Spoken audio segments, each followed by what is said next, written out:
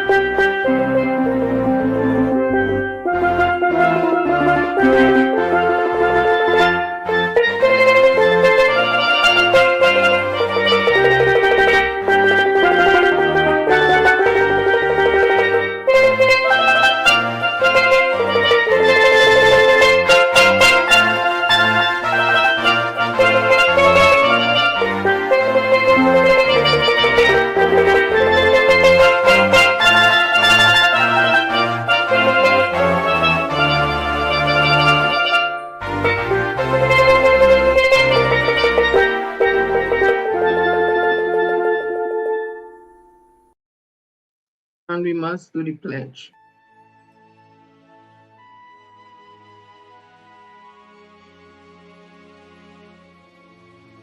I solemnly pledge to dedicate my life to the service of my God and my country. I will honor my parents, my teachers, my leaders, and my elders, and those in authority. I will be clean and honest in all my thoughts, my words, and my deeds. I will strive in everything I do to work together with my fellow men of every creed and race for the greater happiness of all and the honor and glory of my country.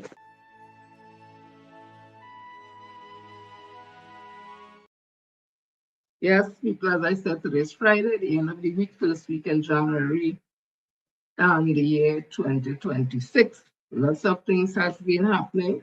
And you know, we just have a program here. We have a ordering with us do things. So I'm just going to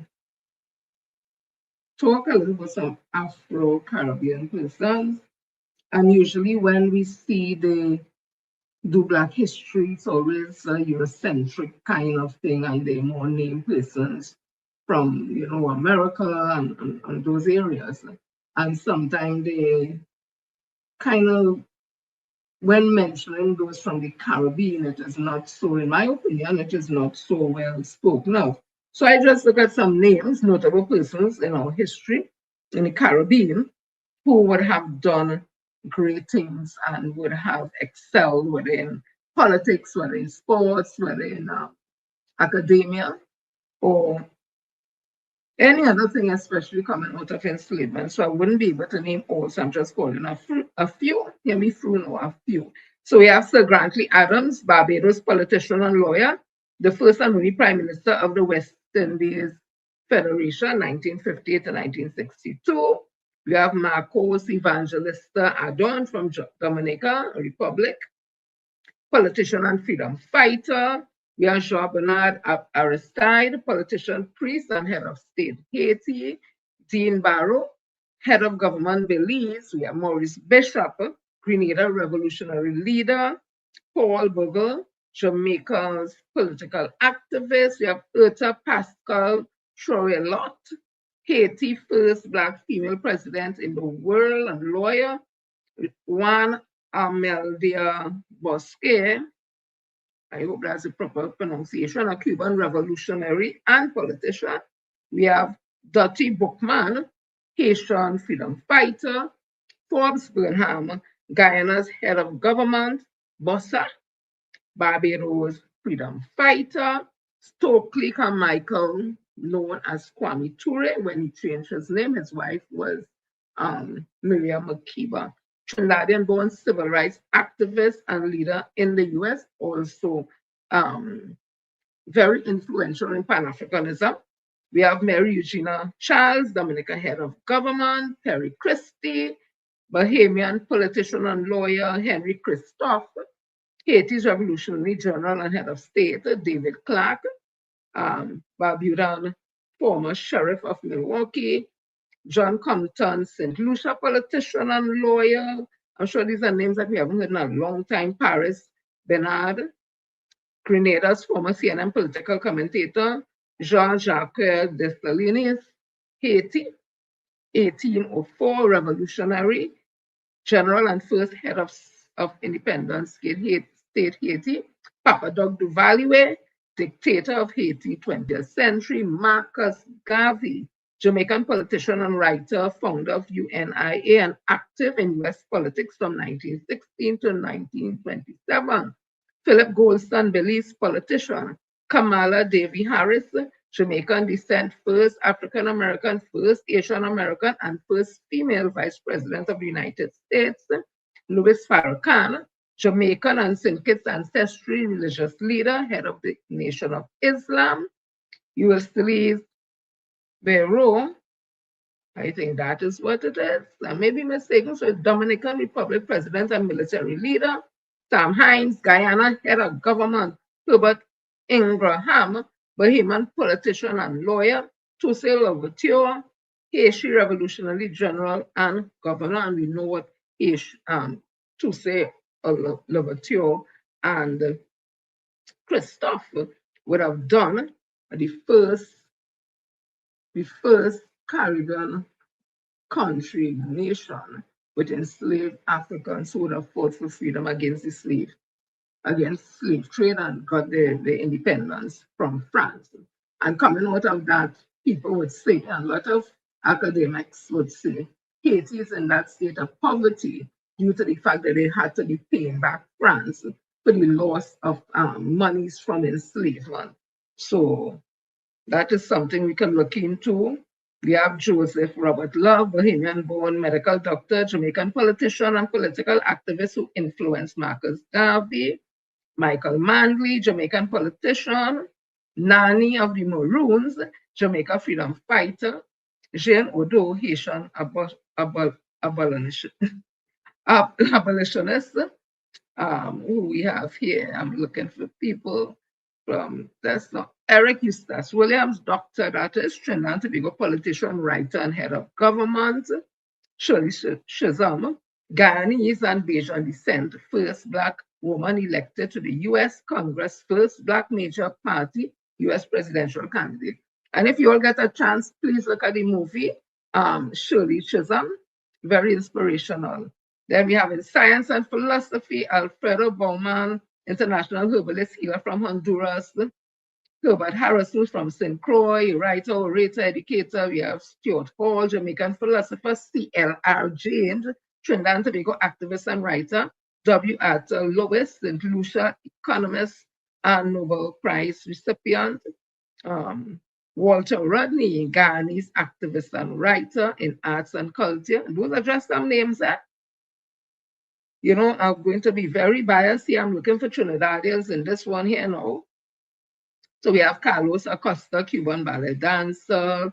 We have Eddie Grant, Guyanese singer, musician. We have again C.L.R. James, Trinidadian historian and essayist and journalist. Earl Lovelace, Trinidad novelist and writer. We have Mighty Sparrow, Grenadian, Trinidadian singer and composer. Trinidad James, a Trinidad rapper. That's now. Who again we have here? I'm looking for Trinidadians now. I'm very biased. In sports, we have Kirani James Grenada, first Grenadian Olympic gold medalist and the world's fastest 400 runner in 2012-2016. I'm looking for Trinidad, Usain Bolt, Jamaica, Olympics gold medalist. I'm scrolling. Once I bounce at Trini, I call in the name. It had to have a Trini here because it has been everything. Garfield Sobers, Barbados cricketer. Come on. They can't be real.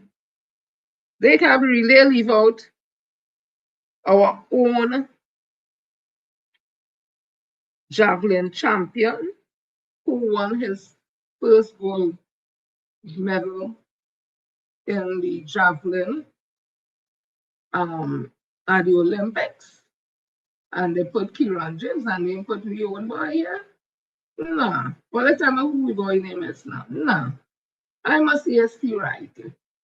So sometimes with these things, as I say, it could be well, just how I say that, so Trinidad and Tobago probably, when they put in the stuff, they're more inclined. I don't know. But our own boy here, Kishon Walcott, should have made that clip also.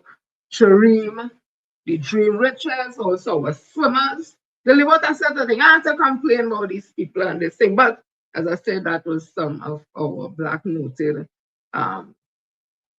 persons, whether in academics or sports, culture, or politics.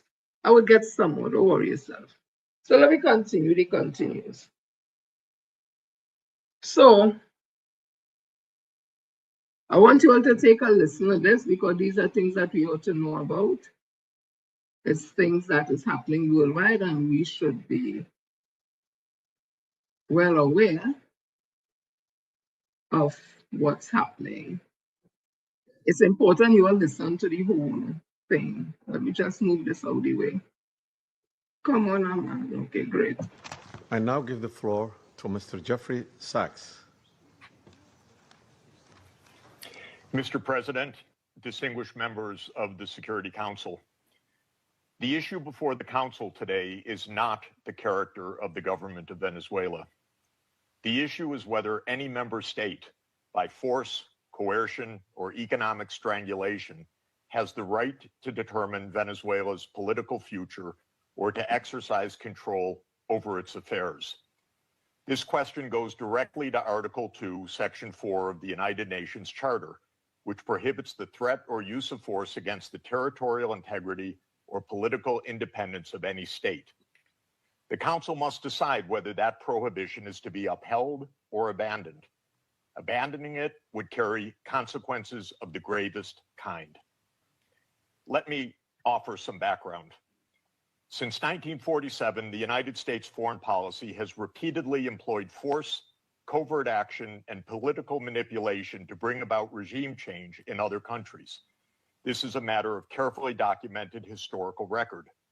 In her book, Covert Regime Change, political scientist Lindsay O'Rourke documents 70 attempted U.S. regime change operations between 1947 and 1989 alone. These practices did not end with the Cold War. Since 1989, major United States regime change operations undertaken without authorization by the Security Council have included, among the most consequential, Iraq 2003, Libya 2011, Syria beginning in 2011, Honduras 2009, Ukraine 2014, and Venezuela from 2002 onward. The methods employed are well established and well documented. They include open warfare, covert intelligence operations, instigation of unrest, support for armed groups, manipulation of mass and social media, bribery of military and civilian officials, targeted assassinations, false flag operations, and economic warfare. These measures are illegal under the UN Charter, and they typically result in ongoing violence, lethal conflict, political instability, and deep suffering of the civilian population. The recent U.S. record with respect to Venezuela is also clear. In April 2002, the U.S. knew of and approved an attempted coup against the government.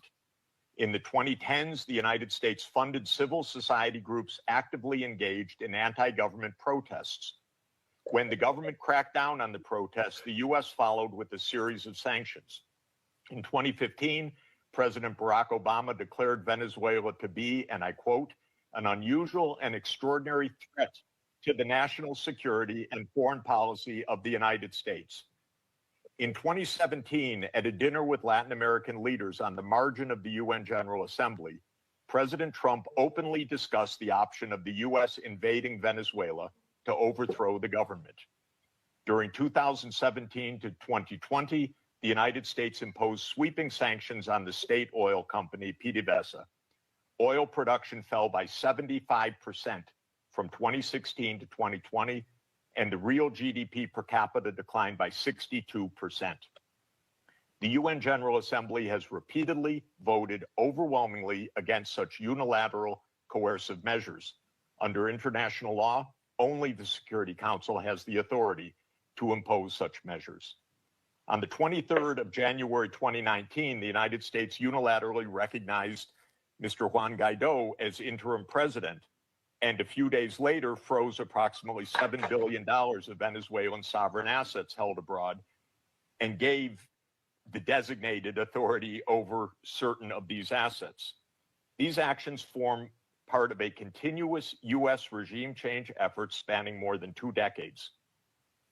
In the past year, the United States has carried out bombing operations in 7 countries, none of which were authorized by the UN Security Council, and none of which were undertaken in lawful self-defense under the Charter. The targeted countries include Iran, Iraq, Nigeria, Somalia, Syria, Yemen, and now Venezuela.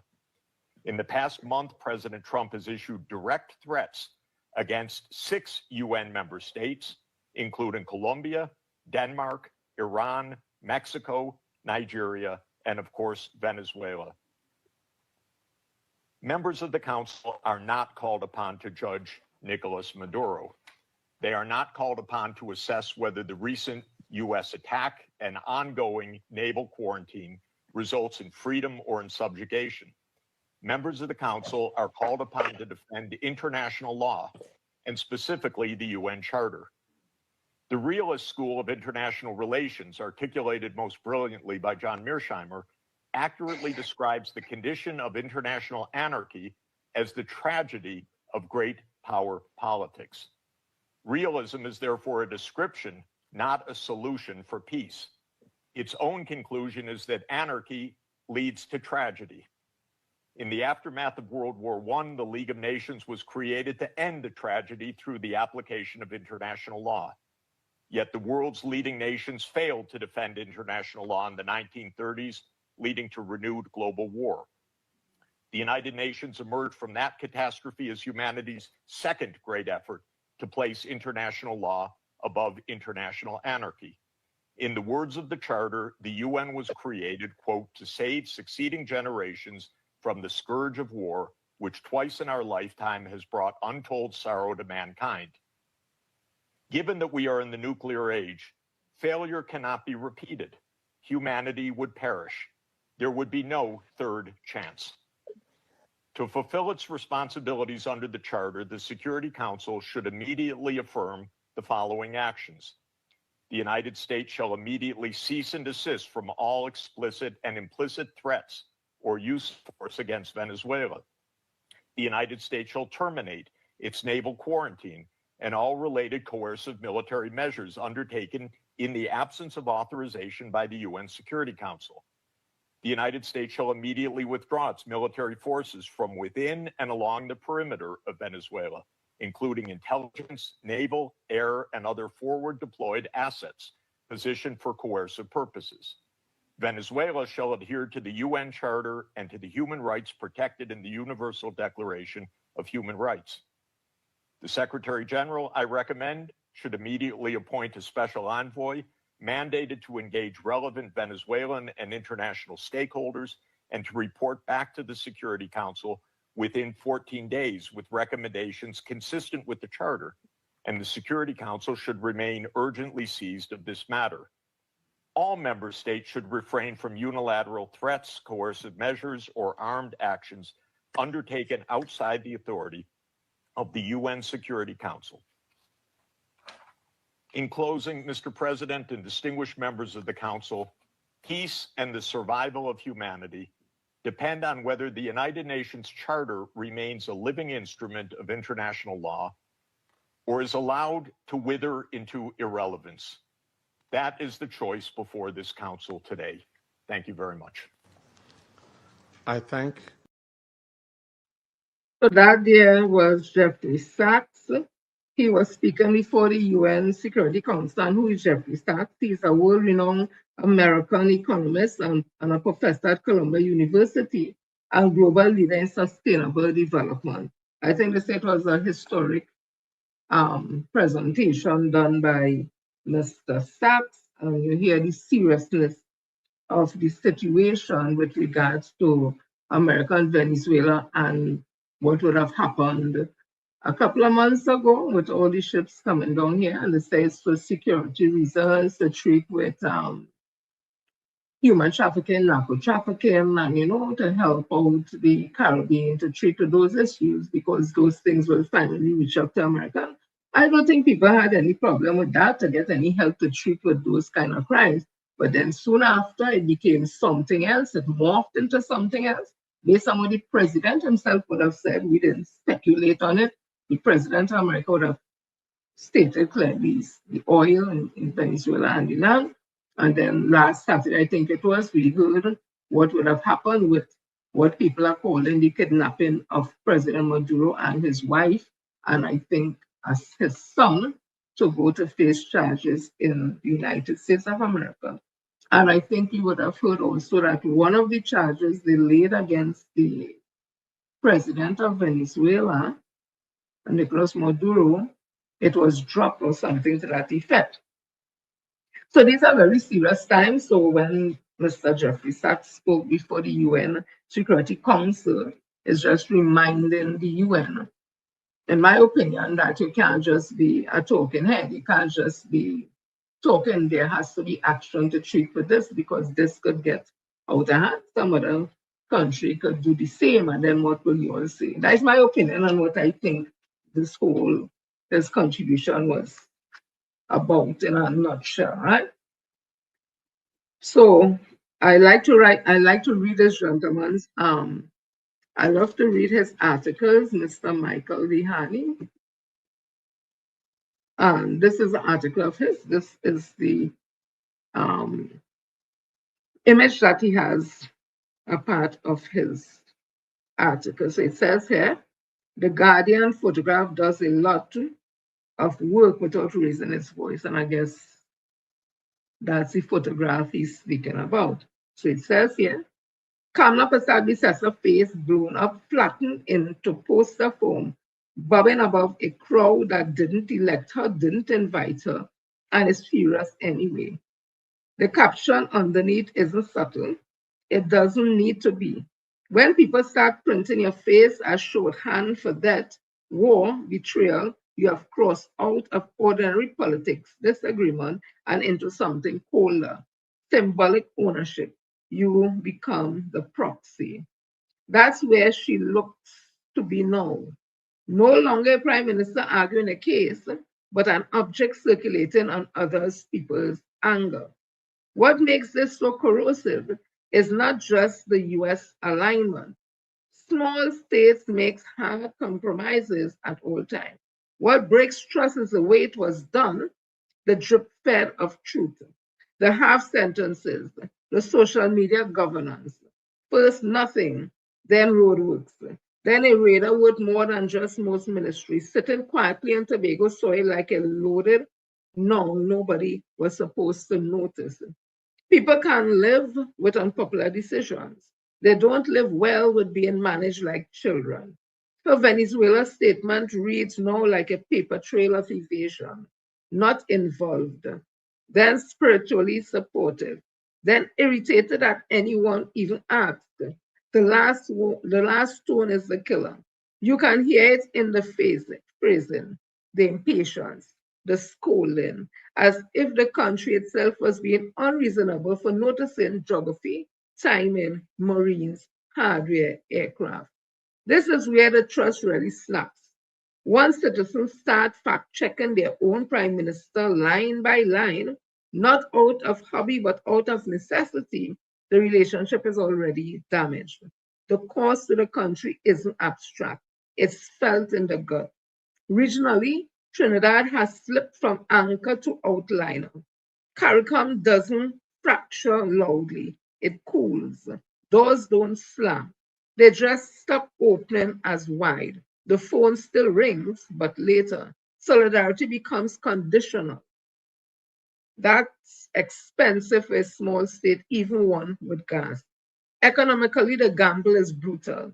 Everything is now hitched to a future that depends on Trump's mood, a post Maduro government's goodwill, and Washington's memory. None of those are stable currencies. Just ask Maria Corina Machado how this is working out.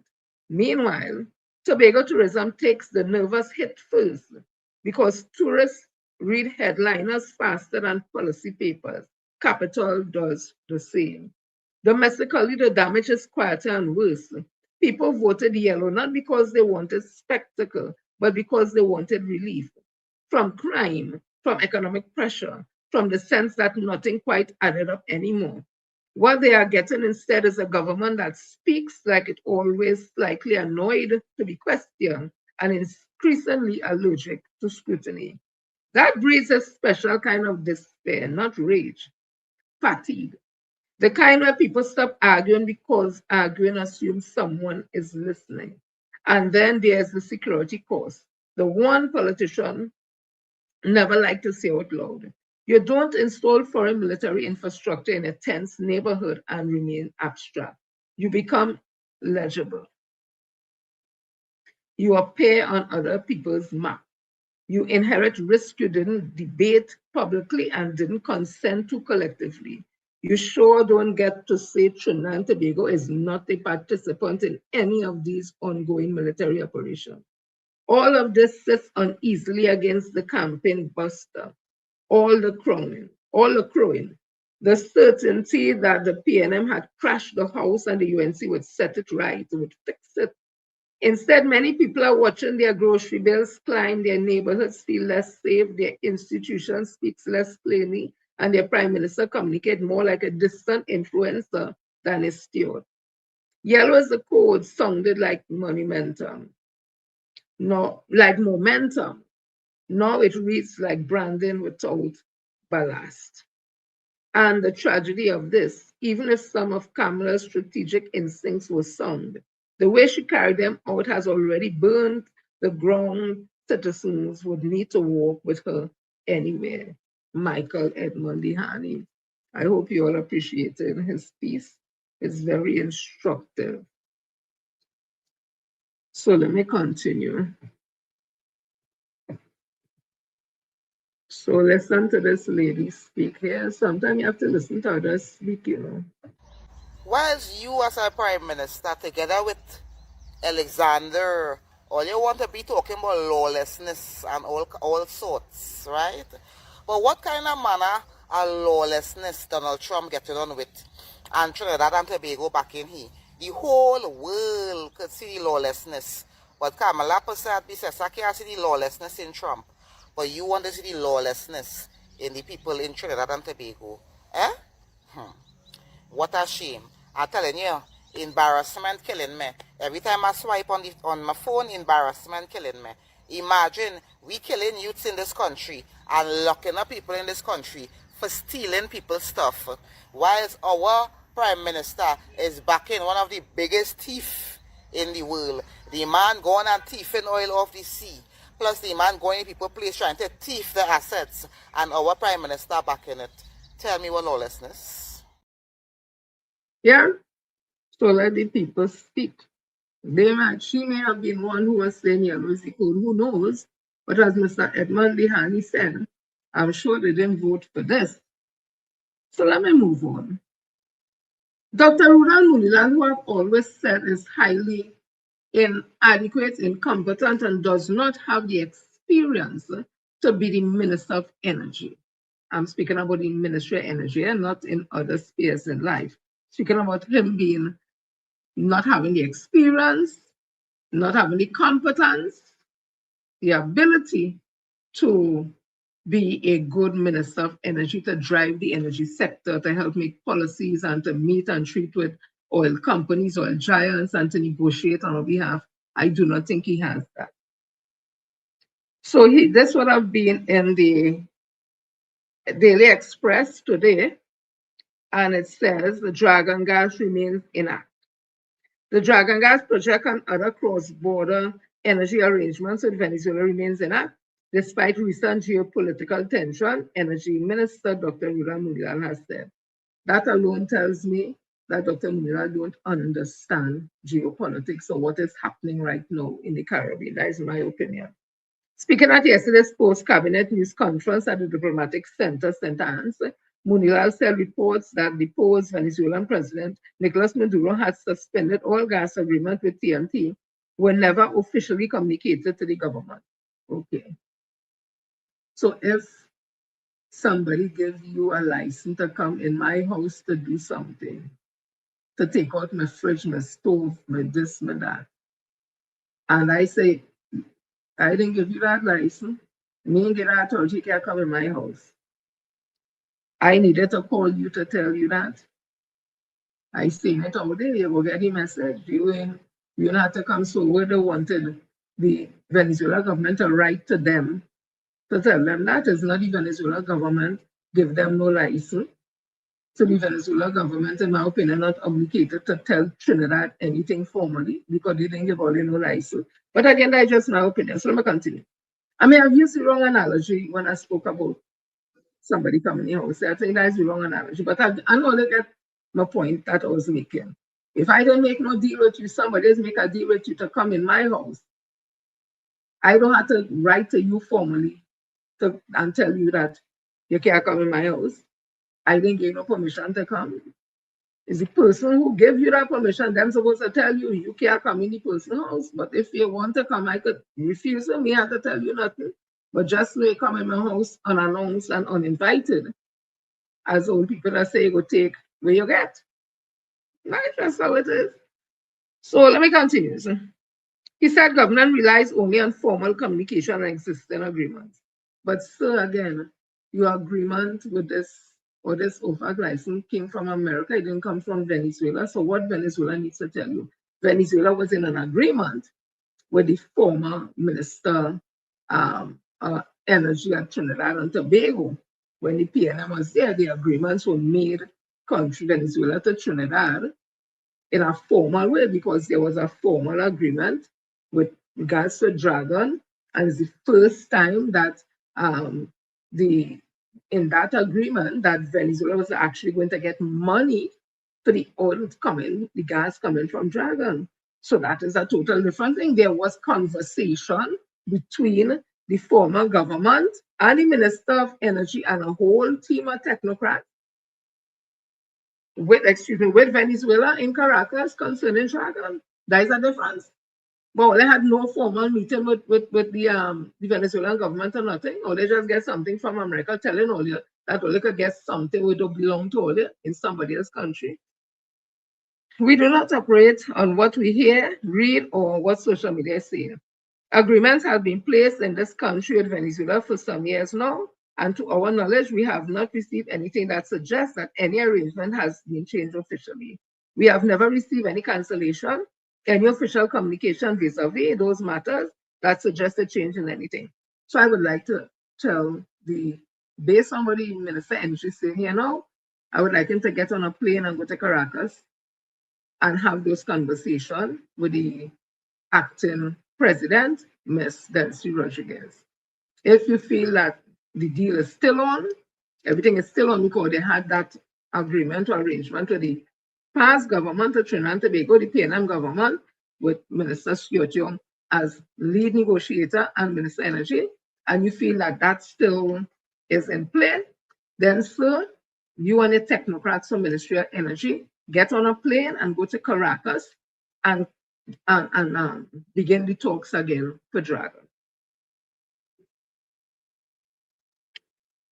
He added that the Office of Foreign Exchange, Foreign Assets Control, OFAC, license granted last October for the Dragon gas field remains valid. Didn't you all get something for 6 months or something like that? And there were conditions said, have you all met those conditions? Again, to go into people country to get people thing, where's now what you? I just asking. The OFAC license remains in place, and to my knowledge, the license is in effect, and work has continued pursuant to the condition of that license. There has been no change in that, Munilal said. Munilal said he has continued on the Dragon field on the Dragon gas field and other cross-border projects, expressing confidence in the country's position. We are very confident that TNT's interests will be served in terms of cross-border projects, he said. He added that there has been no change in policy direction arising from developments between the US and Venezuela. We have had no change, of course, and that primarily involves the Dragon Field project, but it also involves Kokona, Manikin, and Lauren Manatee. We expect that in the coming months that we will advance along with the stakeholders on those matters, he said. And those fields more on the land of Trinidad and Tobago, so that they could continue with it because it is in Trinidad. Because from my understanding, didn't Minister Stuart Young, chief negotiator, very competent, very experienced, was able to negotiate on behalf of Trinidad and Tobago that there be a linking between, I think, Kupuna and Manatee or something like that, so that is not tied up with Venezuela. Isn't that something like that it happened? What have you done, Dr. Rudolph Munila? That's why I'm saying you are highly incompetent in the field of energy. You're more suited for where you were before, I think, housing and labor or something like that. But no, I mean no disrespect to you, sir. Let me see. Munlal also clarified that Trinidad and Tobago does not currently have a commercial energy relationship with Venezuela. Oh my goodness. After all that, Dr. Munlal come to say, to clarify that Trinidad and Tobago does not currently have a commercial energy relationship with Venezuela. Look, you see me, I'm not reading no more. I'm not reading no more. Because it's not making sense to me. Let me read. This piece piqued my interest here. We have had discussion with officials in Suriname and Guyana. We have been in touch with the Minister of Natural Resources, Vikram Bharat.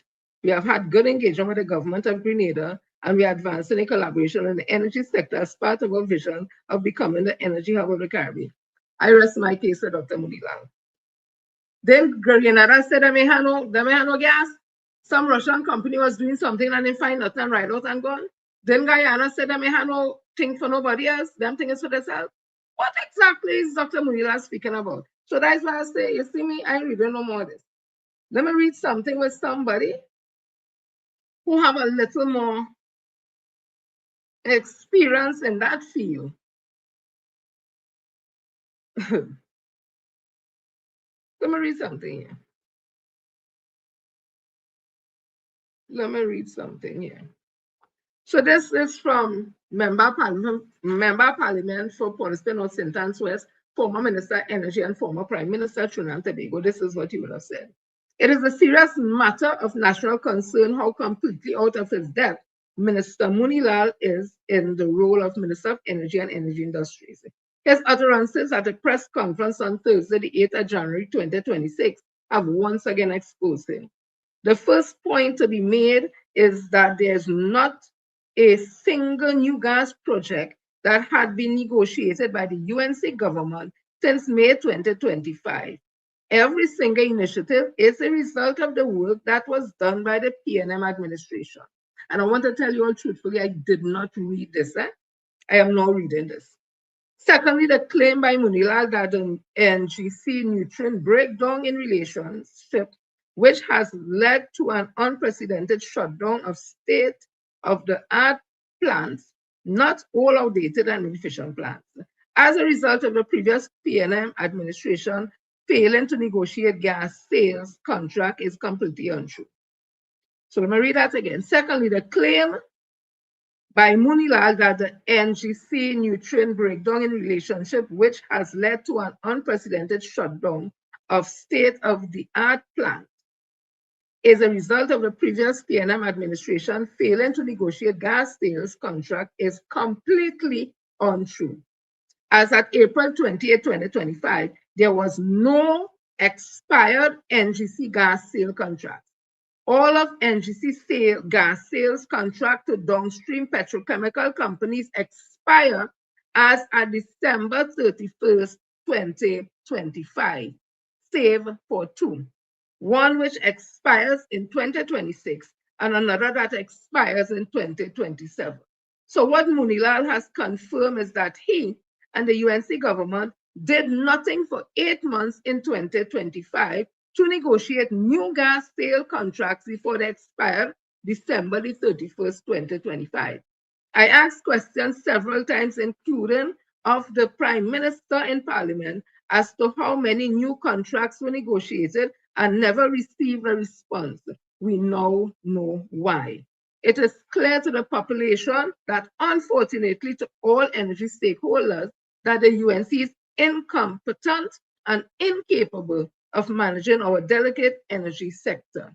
The work that we did to secure Manatee, Cypress, Mentor, Ginger, Coconut, the acquisition of the age asset of BPTT and Woodside by Perenco, and even the acquisition of Central Block by Touchstone from Shell is what is keeping the gas flowing and the energy and the industry alive. Even NGC announcement of its acquisition of TROC was the work and policy of the PNN. The truth is that the UNC has achieved nothing new and the incompetence is glaring. That is why they had a recent press conference, which was nothing but a lame PR stunt to show the granting of a CEC from the EMA to Exxon. This was another telltale sign of nothing substantial to show. Furthermore, to see Munilal and Kamla Prasad be set now hoping that Dragon Gas project can become a reality is simply an illusion or simply an illustration of hypocrisy and irony, as they both spent years trying to derail it from becoming a reality. I caution Trinidad and Tobago that this government is leaving the pursuit of cross-border gas from Venezuela, including Dragon, solely up to the multinational oil and gas companies. This will result in lower returns for Trinidad and Tobago if it ever becomes a reality. The energy sector is in crisis, and attempting to mislead the population by blatant lies and attributing blame where it does not lie, as is happening constantly, will not change the reality. We are in serious trouble. In continued service, Stuart R. Young, SCMP, January 9, 2026. I am more inclined to believe what MP Stuart Young is saying over Dr. Munilal every day, any time. And I mean Dr. Munilal, no disrespect. So this is the Chamber of Commerce, them eyeing Venezuelan opportunities there too. So in my opinion, like them like thief thing too. I don't get it. Listen to the chamber. I didn't say the thief nobody thing. I just say like them like thief thing too. Because them looking at iron thing where it had nothing to do with them. All listen. To Dr. Driver, Venezuela holds more than 200 trillion cubic feet of gas reserves, and from both an economic and geographic standpoint, it makes sense for Trinidad and Tobago to explore access and import possibilities. He tells the Morning Edition recent developments have energized the sector with renewed focus on projects such as the Dragon gas field and the Mannequin Cocoina field. Politics has always been the thing which has sort of stood in the way of that, the geopolitics around Venezuela's relations with other countries, particularly with the United States. Obviously the changes now opening a potential opportunity for something different there, and I think people in the industry are excited about that opportunity. Despite regional uncertainty, Dr. Driver maintains that the local energy sector remains strong and stable. He points to continued progress on major investments as signs of sustained confidence and forward momentum. We have knowledge, we have skills, we have expertise, and those things are all there. There has been a lot of investment going on upstream over the recent past, and good indications that that's going to continue. Changes in Venezuela, I think, help with that. I think the deep water exploration, which Exxon is just kicking off right now, is creating a lot of interest. He adds that as global pressure mounts to reduce carbon emissions, Trinidad and Tobago must accelerate its shift toward cleaner energy production, including methanol and ammonia. Trinidad is extremely well positioned for that, partly because we have some of the fuels which people are looking at. You know, methanol, in particular, is a fuel which people have been working on. Ammonia, there's the two, obviously, fuels or two commodities which are associated with Trinidad hugely and becoming increasingly, they're becoming fuels which people are looking at using. We think this is a wonderful opportunity for the country. Nicole M. Romani, TV6 News. No, you don't have to be an economist or in petrochemicals or in the energy sector to have some common sense, right? That gentleman is saying that developments in Venezuela, I give him my opinion, he holding on to that to say that will help us. Also, he talking about Exxon. If Exxon find anything out there in the deep water thing, that will take 7 to 10 years before it can monetize. That ain't happening now. The opportunity that ain't happening now. And all the other things he's talking about, I think this man is in Lele land. Not La La, no, Lele land. That's my opinion. Because this, and the way we talking, listen, you see how we talking, and he ain't give me no confidence in what he's saying, that he know what he's saying is true. That's my opinion. Them trying to sell we a pie in the sky, you know. Again, my opinion. Because the reality, especially based on what MP Stuart Young is saying, the reality is not what them talking. Them want me to live in an alternative reality with them. They want to get we are 6 for 9. Nothing them saying ain't really making sense. We energy sector stable and so healthy and all that. Really? Look now, let me move on from that. All who have eyes to see will see, and all who have ears to hear will hear, yes? It has some will never see and never hear. They will remain where the code is yellow. So let me continue.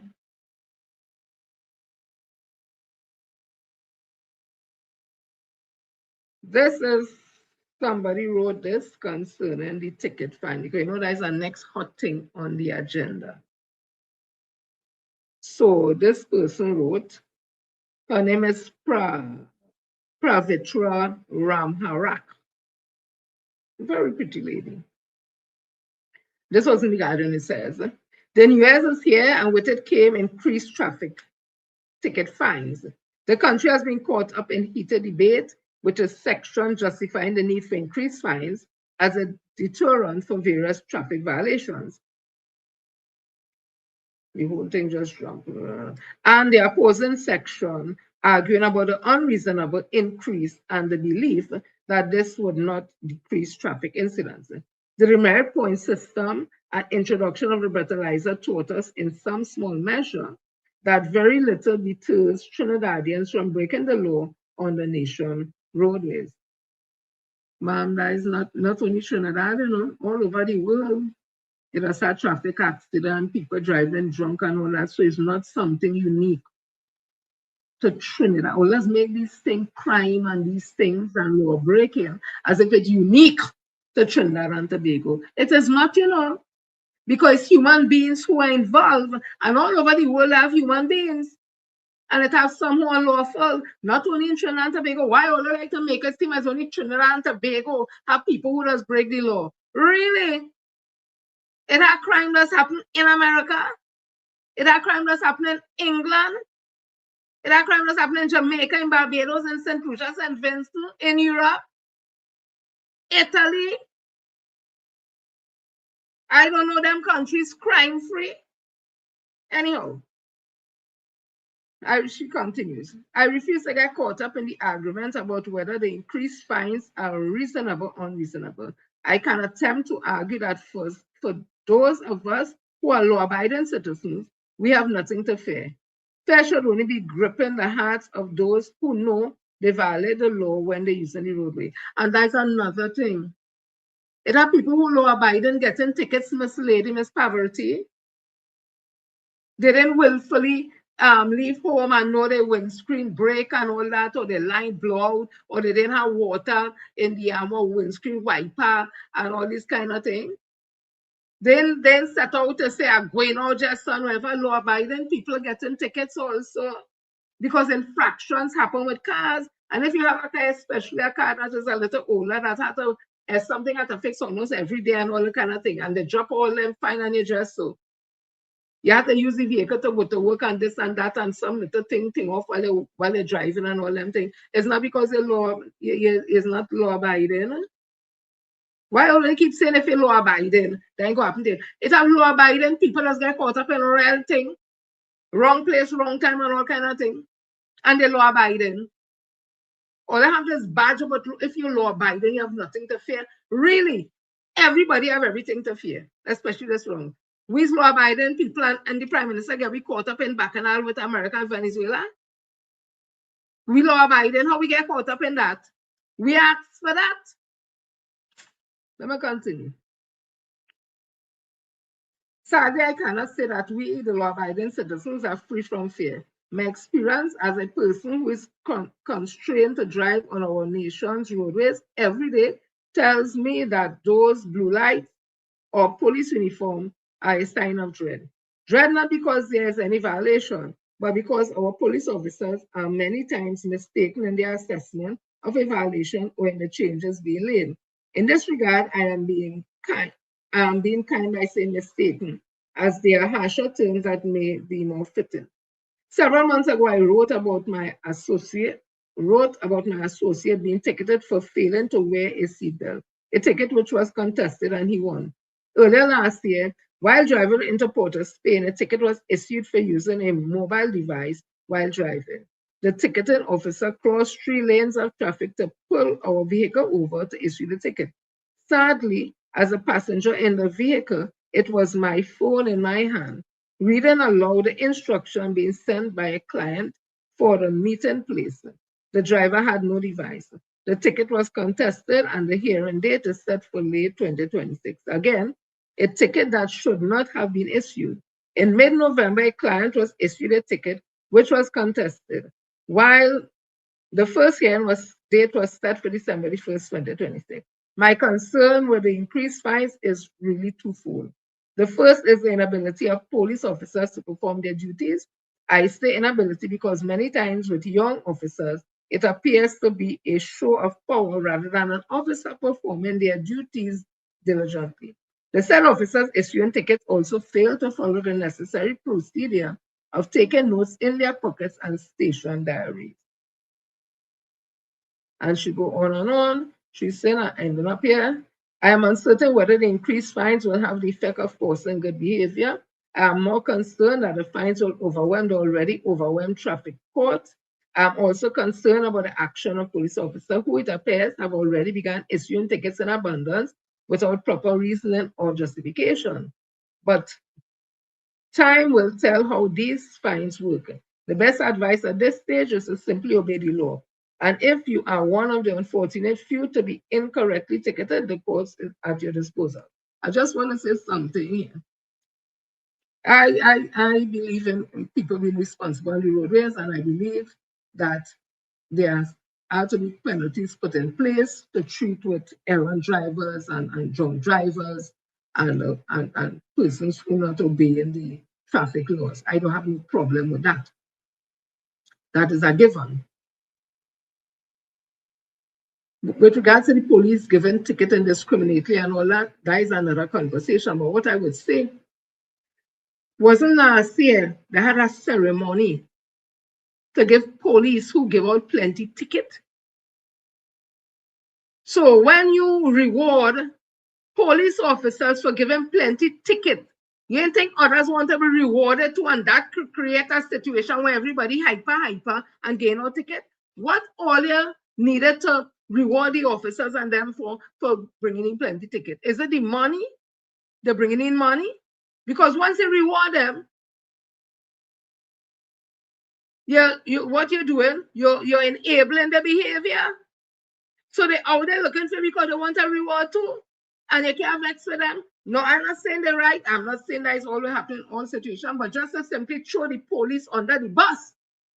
Why only train the person who introduced those new increases so harshly after on a podium when those in the opposition say that the PNM harsh and wicked and evil for taxing this country, and the PNM want to tax the country into prosperity, and it's wicked and it's hard and people can't live and people and before they come in, they go drop all the taxes and all that, and they come in and you raise it up by 100%. Why all them blame Ms. Travita and them? Why all them blame Kamala Prasad, Tessa, and the UNC for telling people when them come in, they go lower the taxes, and instead of that, they raise it by 100%, and all they blaming the police. Who get the police instruction?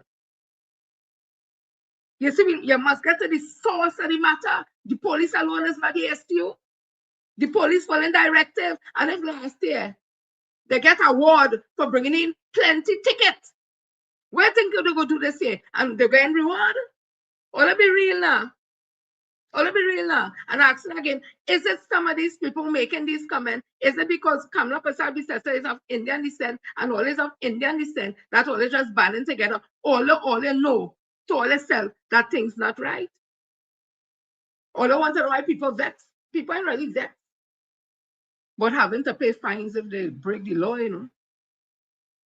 They vex about the amount that was raised 100%. There was no consultation. And not only that, after you would have told the people who voted for you to get them to vote for you that you're going to lower all taxes and you're not going to tax the country into prosperity. And the merit points that the PNM put was wicked and evil and brutal and not stewardship, but wicked because he raised gas from a time and nobody read. He wicked, he evil, Ron Senator and wicked, evil. All they say, they come in to do better than that, instead of come and do worse. So people vex.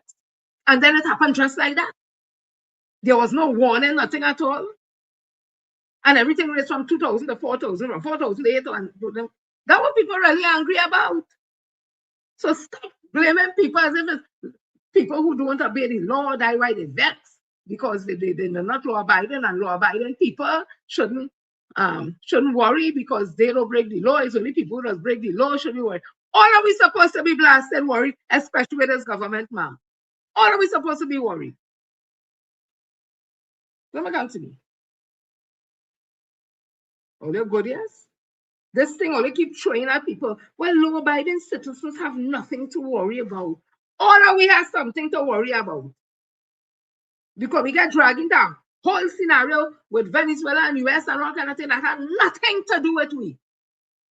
So all of we should be worried.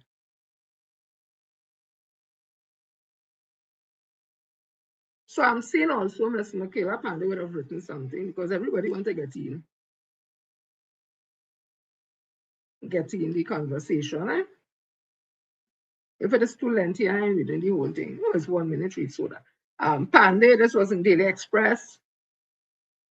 But where's the date today? Today is the 9th, 10th, 11th, 12th, right? 9th. That was yesterday, the 8th. Citizens are being misled. And she said, political leader of the Patriotic Front, Michaela Pandey, says the citizens have been misled by the government campaign promise to lower fines. She said that while the government had promised relief, it delivered punishment through the implementation of increased road traffic fines. In a social media post yesterday, Pandey challenged the government's statement that the public was misinformed by a raise of fines. You cannot stand on a platform, look at citizens in the eye, promise lower fines and drivers' education, win an election, and then turn around and say, no, we know better. The people were misinformed. They were misled, Ms. Michaela Pandey said. She questioned the government's claim that during their time in opposition, they did not have access to data. Opposition is work, research, scrutiny, preparation. If after almost a decade you are only now realizing the problem, that is not an excuse. It's a failure of responsibility, she added. She argued that expired permits and lack of insurance were not new issues. They are the result of economic pressure, long delays, broken systems, and the absence of real driver education. Doubling fines does not fix that. It only deepens hardship. When working people miss a renewal because rent, groceries, and bills come first, that is not lawlessness. It is reality. And policy must be grounded in reality, she continued. While road safety matters, she said she did. While road safety matters, she said so did honesty. You cannot campaign on people-centered solution and then govern by emptying people's pocket. The public is not asking for this order. They are asking for fairness. They are asking for consistency. They are asking why campaign promises vanish after election day, she said. She added, truth matters, accountability matters. Governing must begin with remembering who sent you there and whose pockets you are reaching into. Thank you, Ms. Pandey, because like some people failing to understand. So this is a piece of what the Prime Minister Trinidad and Tobago said. She said, fix it or face the law. Over the last few days, my statement that the country is a lawless dump has been absolutely confirmed by the high number of traffic infractions and deliberately lawless drivers being fined. The lawlessness was compounded by the blatant dishonesty on show from many of those ticketed who pretended to have been caught by surprise by the defects in their vehicles or expired documentation. I want to be clear. Their dishonesty and pretense fools no one. The vast majority of citizens who were ticketed knew about their vehicle defects and expired documentation well in advance of being ticketed and therefore fully deserved their fines for their lawless behavior. The entitlement in discipline and misdirected priorities of some lawless citizens who inconvenience and endanger law-abiding citizens will not be tolerated anymore. No discipline will be met with no tolerance. No one will sway me from cleaning up this lawless dump to benefit citizens who try to live decent, law-abiding lives. Any citizen is free to mash up the place and misbehave if they want to, but I guarantee that I will continue to meet lawlessness with the swift and brutal retribution that I promise. I want to tell Mrs. Kamala Prasad this with all due respect. Is this dump? You fight to come to run. So that means to say you're a garbage collector. You like dump, you like rubbish. Because if this is a dump, I would not want to be no part of this dump. But you was eager to be a part of it. Now I know you're calling it a dump. It's this same dump that the PNM, because of the PNM, you was able to get an education that took you out the rice field and took you out the garden when your parents and they kept the girl children, Indian girl children, in the garden, in the rice field, instead of sending them to school to get education because they were married off early. The big hardback man is the PNM policy in this dump will make sure you get education, Kamala Prasad, and all the others and them get education. And today is a big lawyer and that you become prime minister. Had it not been for PNM government policy in this dump, you'd have remained in the garden or done married to a man who much older than you since about 14 years old or 13 years old and have one set of children.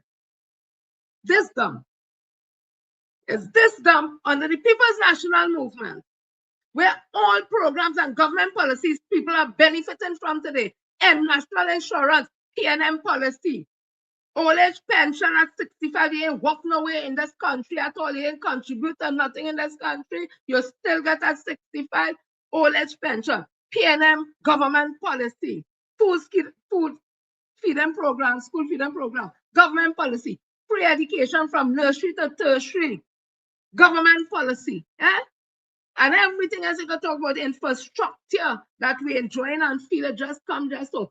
PNM policy in this dump that will let them leave and go and live in Canada and live in England, or let's stay right here. Or they just went abroad and study and come back right here in this dump. Well, they calling here a dump today. You see, all this sick. Like my opinion I give it.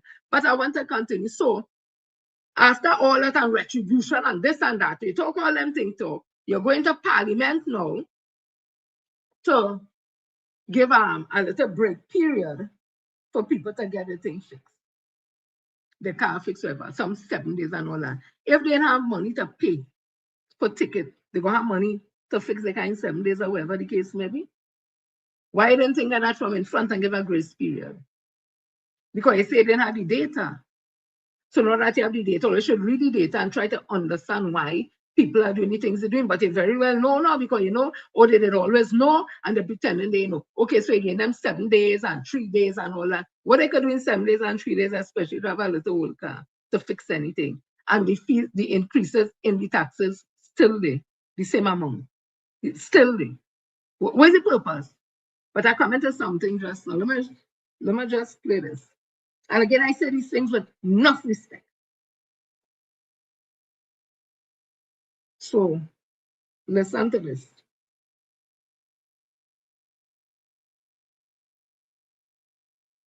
That reducing road fatalities is important. Could these increases not have been ruled out after perhaps like a moratorium? Was there any sort of consideration for a grace period? And also this period would have, allowed for systems and infrastructure to handle the demands that we're seeing now. And I ask this because I circle back to what was said on the campaign trail about, reducing traffic fines, etc.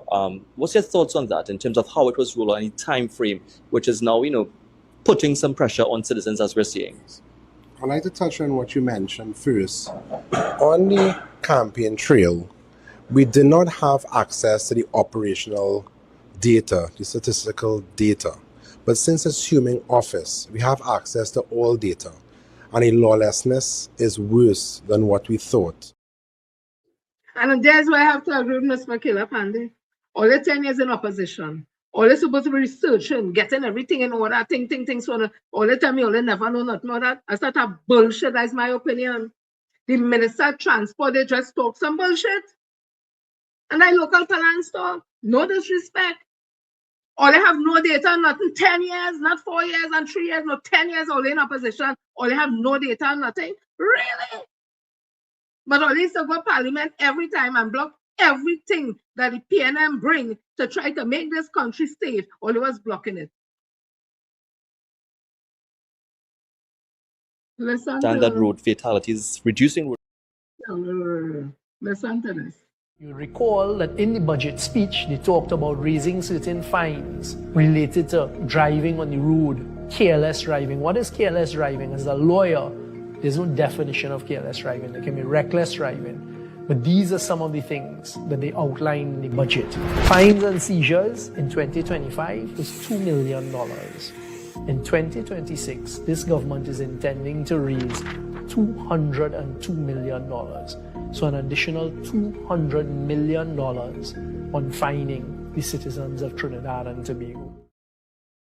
Yeah, it is logical for me to say the UNC is trying to make money, because remember they had to get back money where they pay public officers partial payment on their arrears.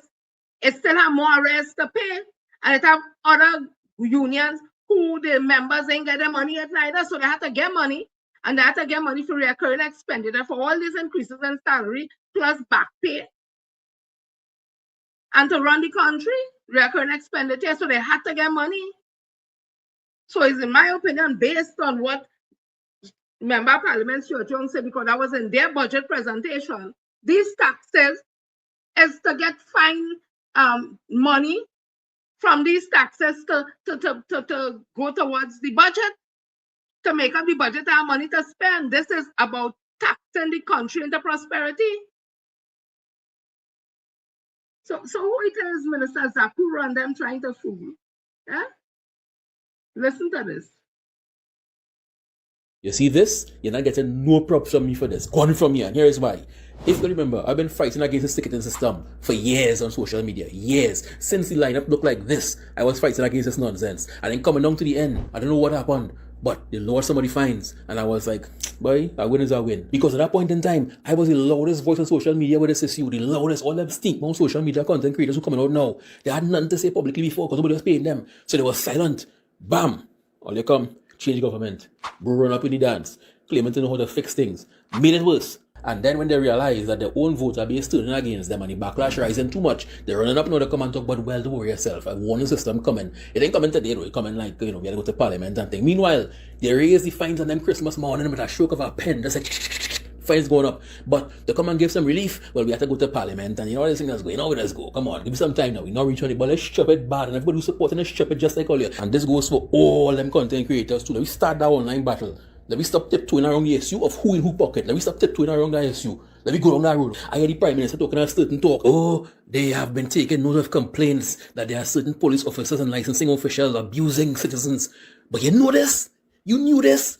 When you was on the campaign trail, you acknowledged that this was a fact since then. You cannot ignore that the licensing authorities' heavy-handed tactics, which have turned our roads into battlegrounds, are daily roadblocks and traffic jams. This is not about road safety. It is yet another tax drive by this government, using the licensing authority to raise revenue. And then you assumed office and released the same war dogs on the citizens, now with higher fines.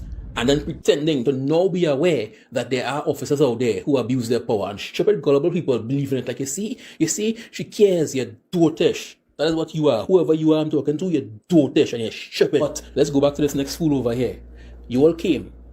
Watch the broken system. We know the licensing authority is broken. We know it. On a regular day, any given regular day, let's fling at that day calendar, broken day. You all watch that system and say, you know what we're going to do? We're going and put it under some strain.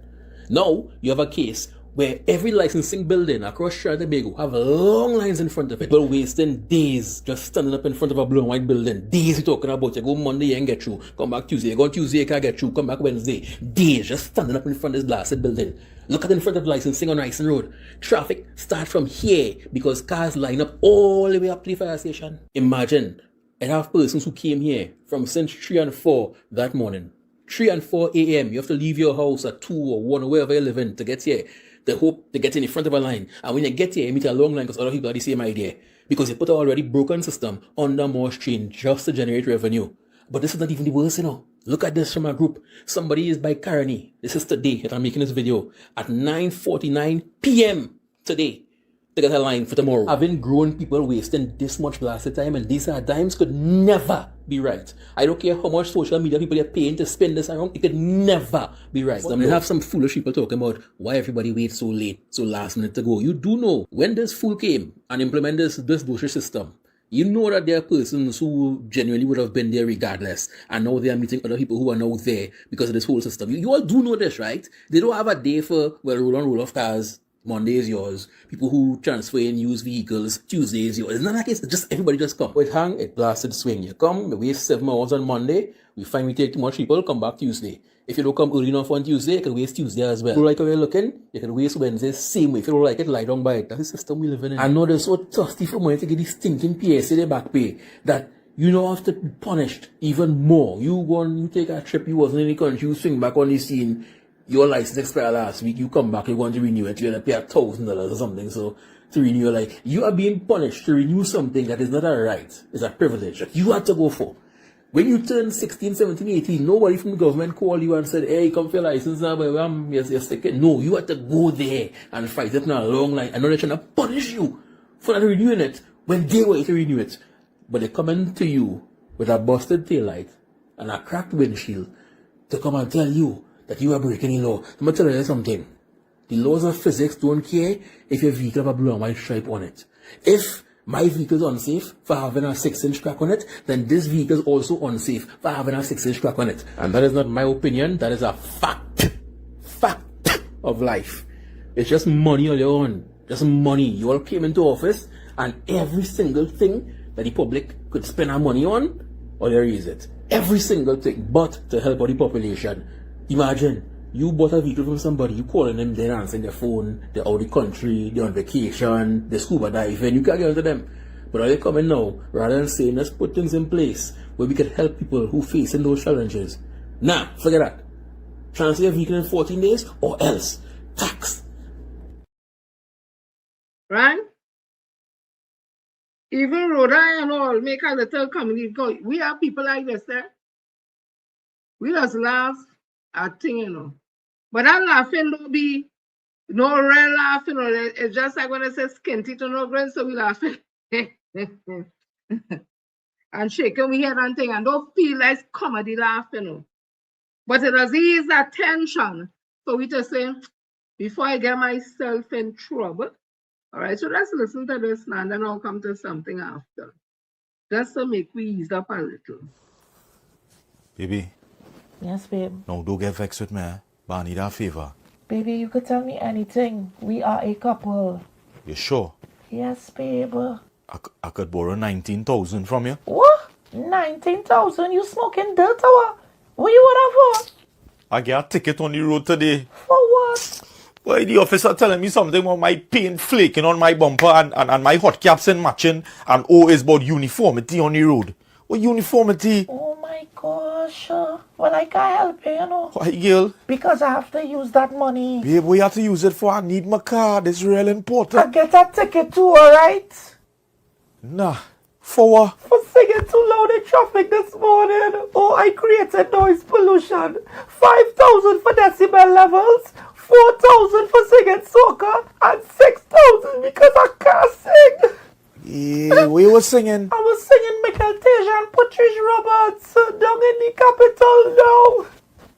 Pick up your foot and stamp it on the ground. Yeah, boy, that's another 15,000. How we doing that? Don't worry, I call my mother. She will help us pay for it. Hello? Hello, mommy. I need to borrow 34,000 to pay some traffic tickets. What? Girl, I was not going and call you because I need 10,000 to pay for a ticket I get today. Mommy, what you get a ticket for? For driving like a pensioner. Slow. $3,000, you know, girl. Oh my gosh, I'm only next 7,000 for. Well, because I tell the officer he could take that ticket and put it in between the legs. Oh my gosh, mommy.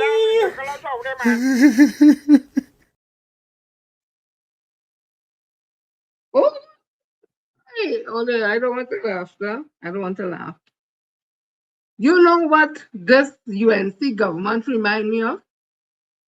There's something called Stockholm Syndrome. It is really something between a hostage and the hostage taker that after a while, the hostage to start a bond with the hostage taker and even defend the hostage taker. So I was looking to see if that could happen between our government and the citizens, and it says yes. So this is it, right? It is a traumatic, explain what Stockholm Syndrome is, right? It's a traumatic bond with an abuser. It is metaphorically applied to government and citizens dynamics, describing citizens who develop loyalty or justification for oppressive governments, especially after collective trauma, economic hardship, and or perceived threats, where leaders provide intermittent rewards. So that is like being harsh and oppressive with the traffic fines. People can't pay, people complaining, people cussing, crying, whatever. And then you come now and you say, I will give all you a little time to fix all the issues at 3 days and assemblies, and then you start to feel, oh, they really love you and they doesn't listen to we and not understanding the psychological trauma that they're perpetuating. It is like find 10,500 CPEP workers one time, European workers, reforestation workers, contracted workers, and then turning around now and having a program with about 200 people, so much, to say bring back the program. And that it closed down the program because of corruption. You know them kind of thing? So they're treating it with oppressive economic sanction, psychological trauma, and then coming back and give you a little crumbs. And you feel good and listening to you and they love you. No, that's Stockholm Syndrome. Or syndrome. Let me continue.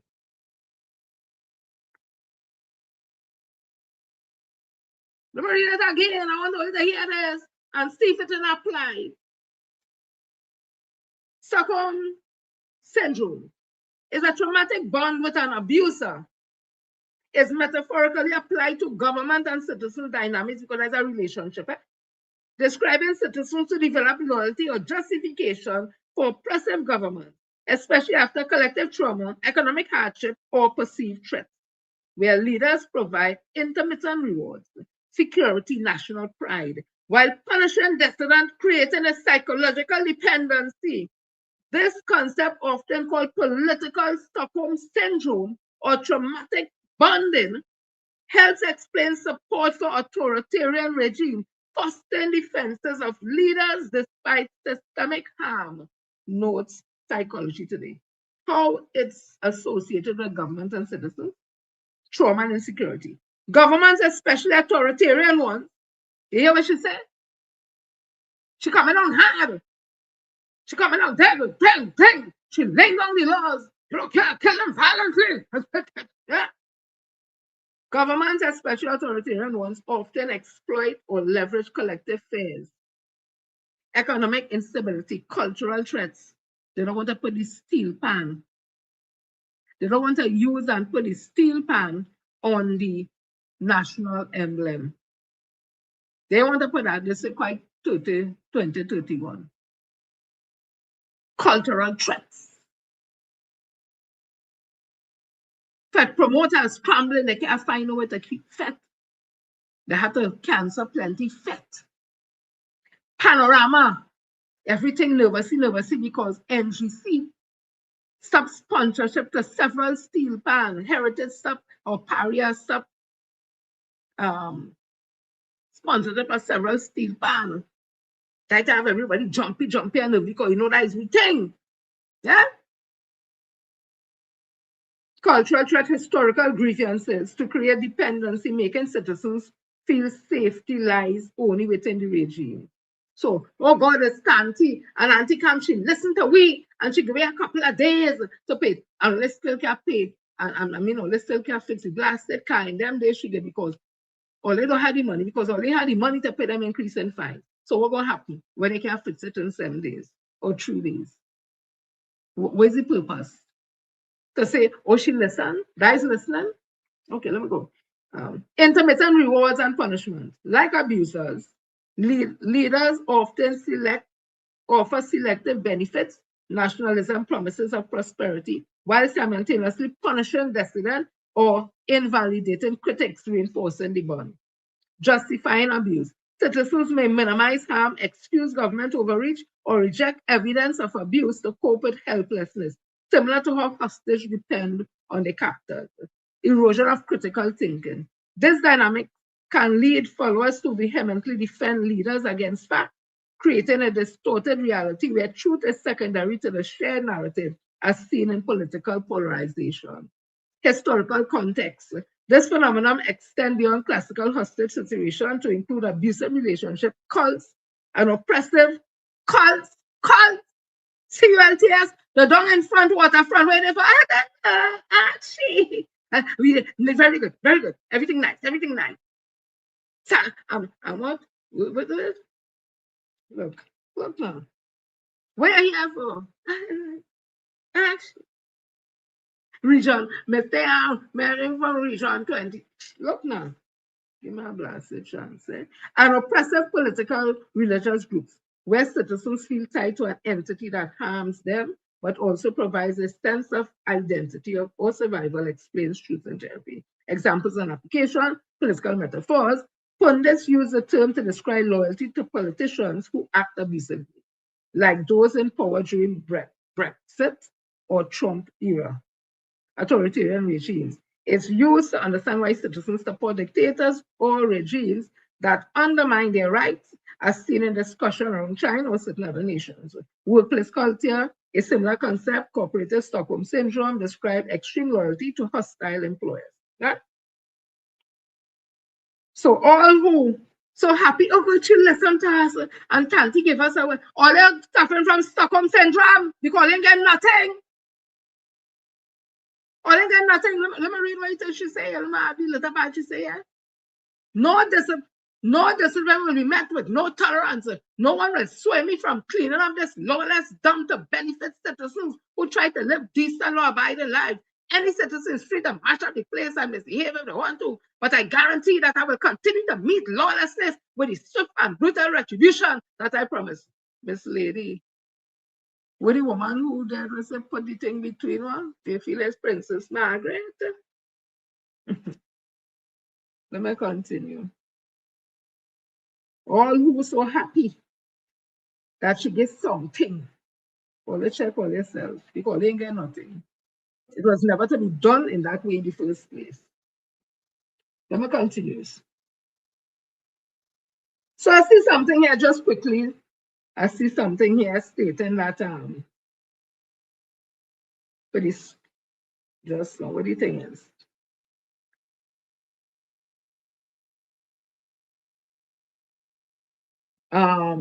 This is January 7th, 2025.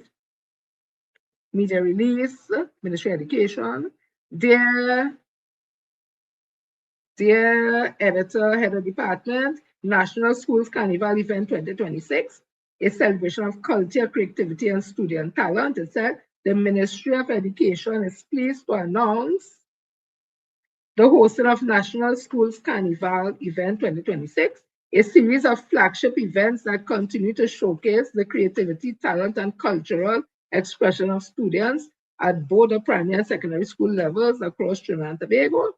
These annual activities reinforce the importance of the arts within the national education system and are fully aligned with the visual and performing arts curriculum, in which music remains a core component.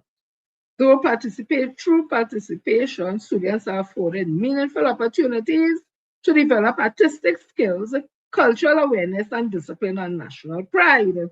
Remember, just talking about in Stockholm Syndrome, they're using the culture as like a weapon, in my opinion.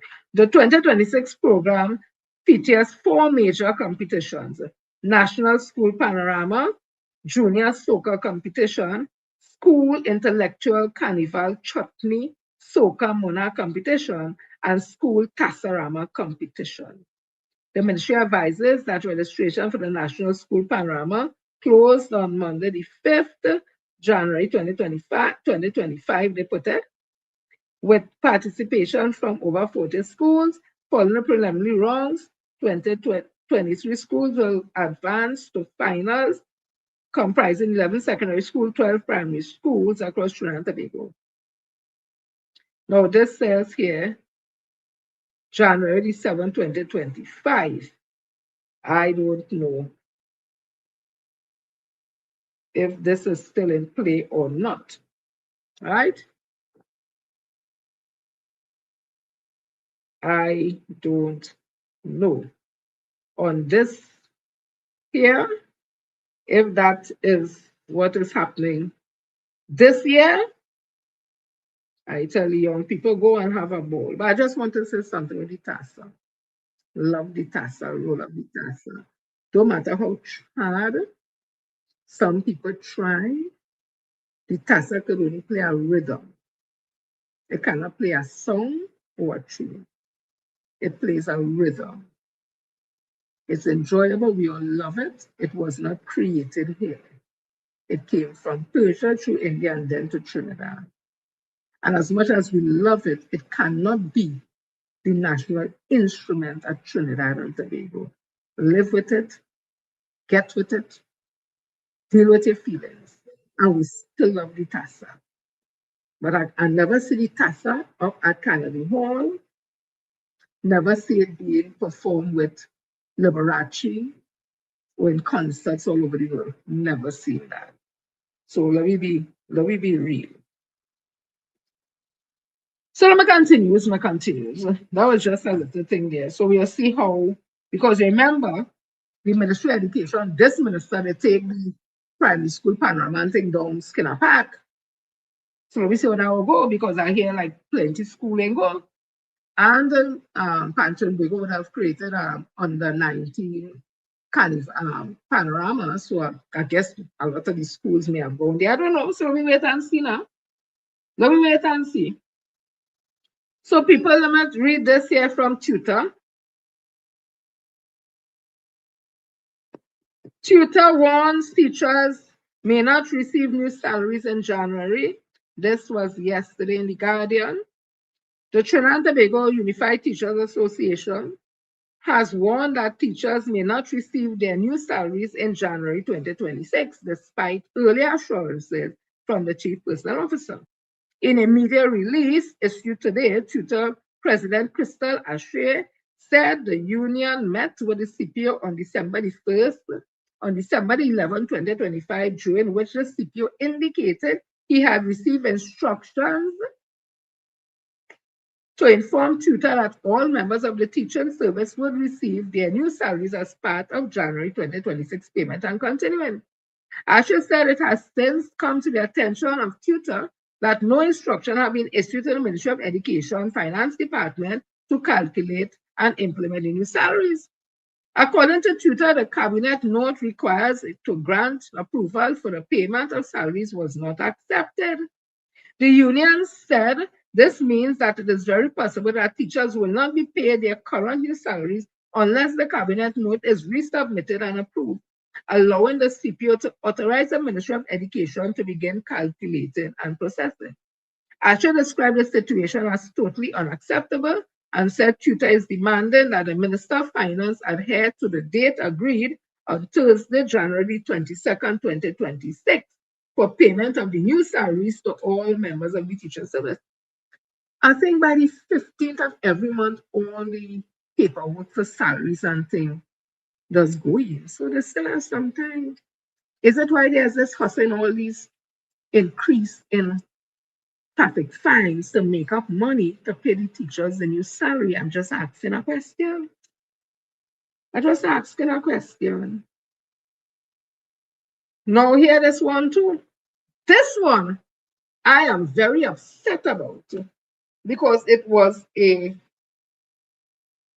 program that helped a lot of employees, especially government service, whether prisons, police, public service in general, all that, when they have any little challenges and issues, a safe place to go to talk about the issues, right? This was in the garden again yesterday. Teachers angry over having to pay for EAP counseling. EAP is Employee Assistance Program. Free counseling under the Employment Assistance Program for teachers has been halted, says the Trinidad and Tobago Unified Teachers Association, forcing educators to pay out of their own pocket for mental health support. Questions are now mounting over the government's commitment to supporting teachers' mental health. In a memo to its membership yesterday, Tutor said it has verified that the EAP services for teachers have been interrupted, forcing them to pay to access counseling. The EAP service, which falls under the Office of the Chief Personnel Officer, is focused on enhancing employee health and productivity through prevention, identification, and resolution of personal and family problems. Employees of the public service can access 5 individual free sessions annually. Tutor President Crystal B. Ashe labeled the removal as a move as a grave injustice and called for the service to be restored. Some teachers took to social media to express their dismay with the move, with one user saying, "Government does not care about our salaries or mental health." Imagine that. One recently retired teacher who wished to remain anonymous recounted that the EAP had been essential not only for herself, but also for her family.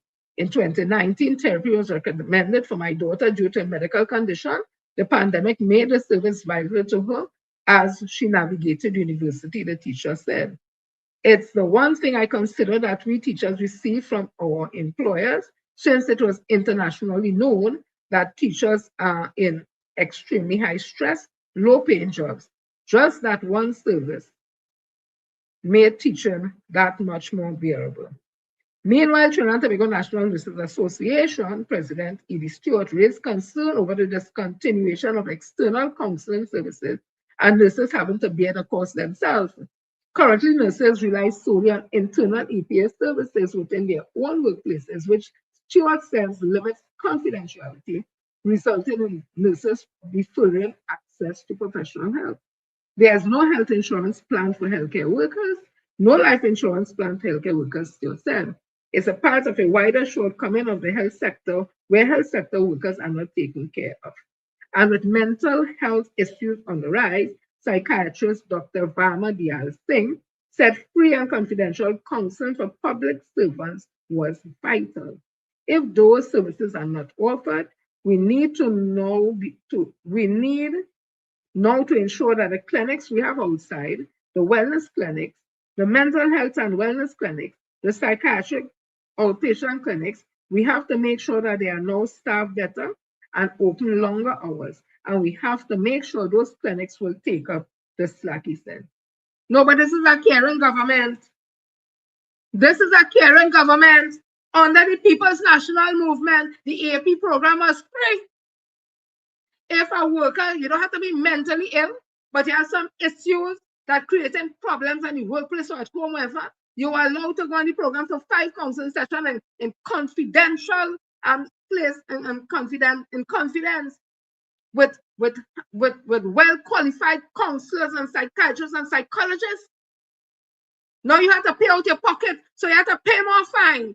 Teachers can't get their salary on time. Now they have to pay for mental health care. Under the kind of stress that has go through as teachers and the public service, here, the nurses and all. No, they care. I tell all you. Stockholm Syndrome, they go come and say something just now. They might say something, but okay, we'll give all it free for next 2 months, and then after that, yeah, they might come and say something soon. So where's the EAP program?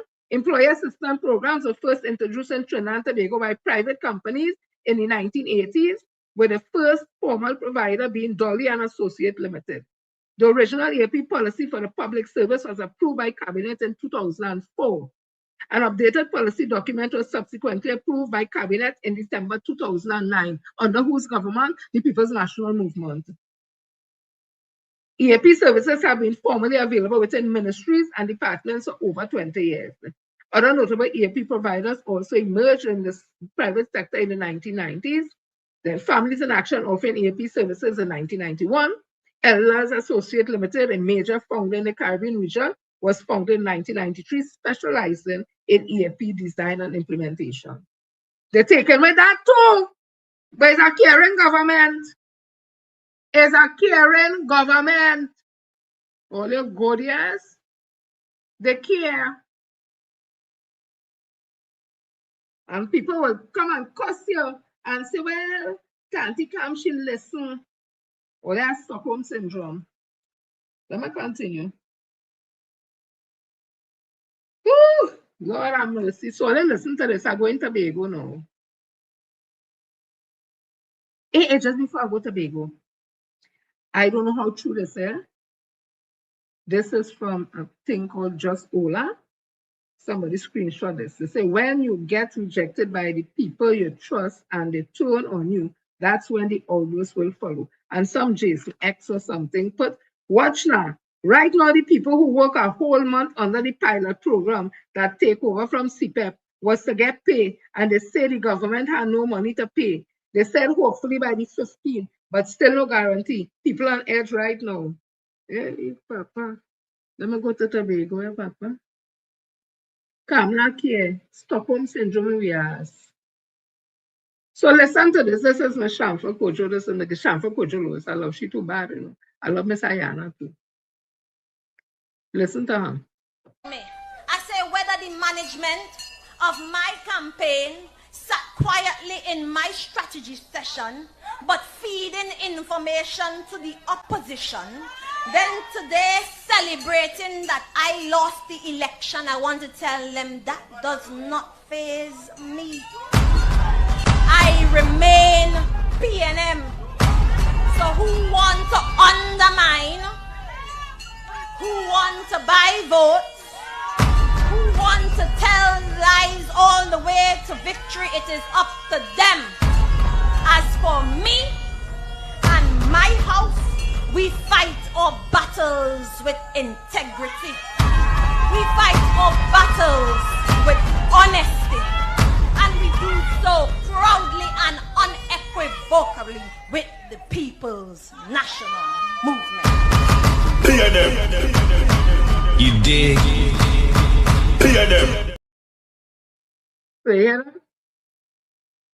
Former Member of Parliament, Minister in the Ministry of Sports and Community Development. And I think at one time she was in the Ministry of Sport and Youth Affairs before it became Ministry of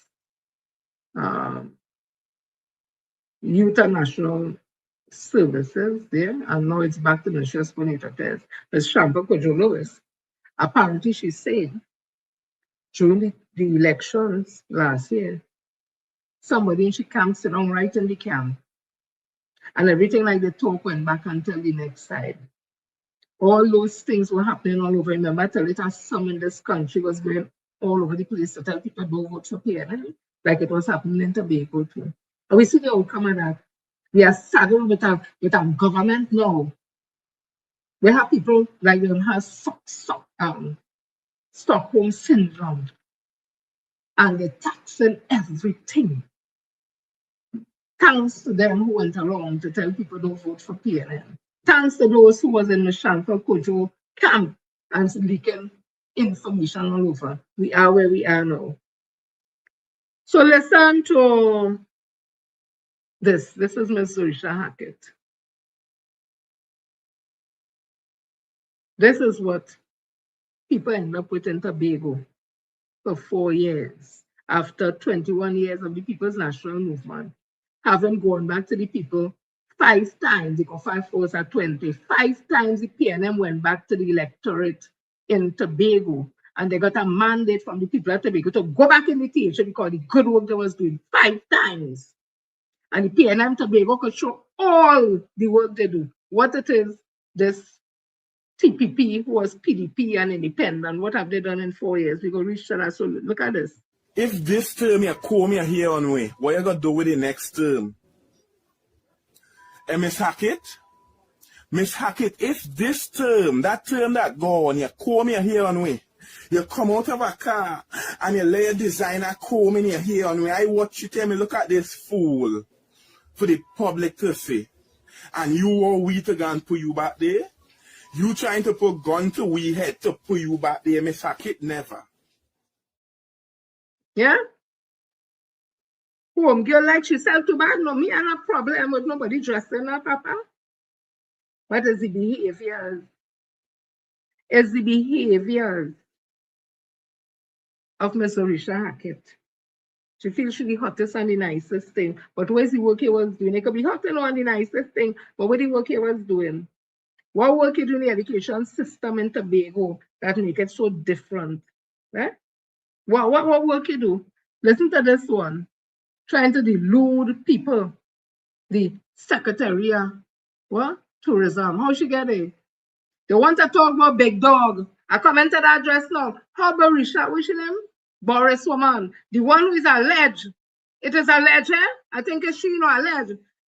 Fight in Scarborough with some man or something and she daughter. It is alleged. I think it's she daughter or the next one that told them. They fighting with the girl in school, beat up the girl in school in Tobago. Listen to she. The one who called we unwashed and uncircumcised, that little fresh tail little girl. Must see you tail and see in front. We're talking about who uncircumcised and unwashed. Smell your blasted ranking self. Listen to her. I no apology for what I say no, because they just want to disrespect people. And when they disrespect them now, they want to play victim. And but look at the PLN people say, no. If you want respect, give people respect and talk to them with respect, and you'll get respect from anybody. Listen to she. To be honest with you, we asked our media partners what is happening outside in terms of what they're hearing, and they're not hearing much. So a radar is not something that they are going to be alarmed over. Our largest source market by numbers is the UK. When we were there in November for World Travel Market, we were very concerned about what was happening down in the south, and we were concerned that that information was getting back to them. And when we asked them, are you guys hearing anything? What is the reaction? And they were like, nobody's hearing anything. So in essence, maybe it's a consideration at the local level, but based on feedback from our media partners, it really isn't something that is garnering a lot of attention in the tourism trade where the country is concerned. They are more concerned about a state of emergency, not necessarily a radar. Well, she is saying that tourists is more concerned with the state of emergency and not a radar. Really? Do you understand what a radar means? It might mean nothing to we in the Caribbean, but the people who live abroad who understand what is one, who understand military assets, and who understand what is a radar, to them like plenty. Because it had just recently airspace, the thing, and flight that had to think back, and some drone and something, and the GPS system or something, so in the plane that they interfere with and all them kind of thing. When they hear all them tourists, all them thing outside, they think they come in. It's not only SOE. People that's coming under the SOE. They want to put you to tell people, in my opinion, that the tourism sector wasn't affected. I'm looking for the thing here, you know, I don't know what. Okay, this is it here.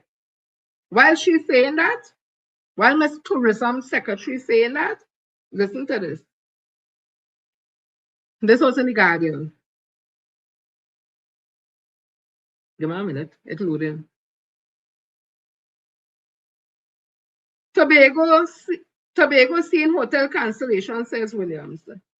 Hotel cancellation are affecting Tobago's tourism sector as the island finds itself on the front line in a deepening regional crisis.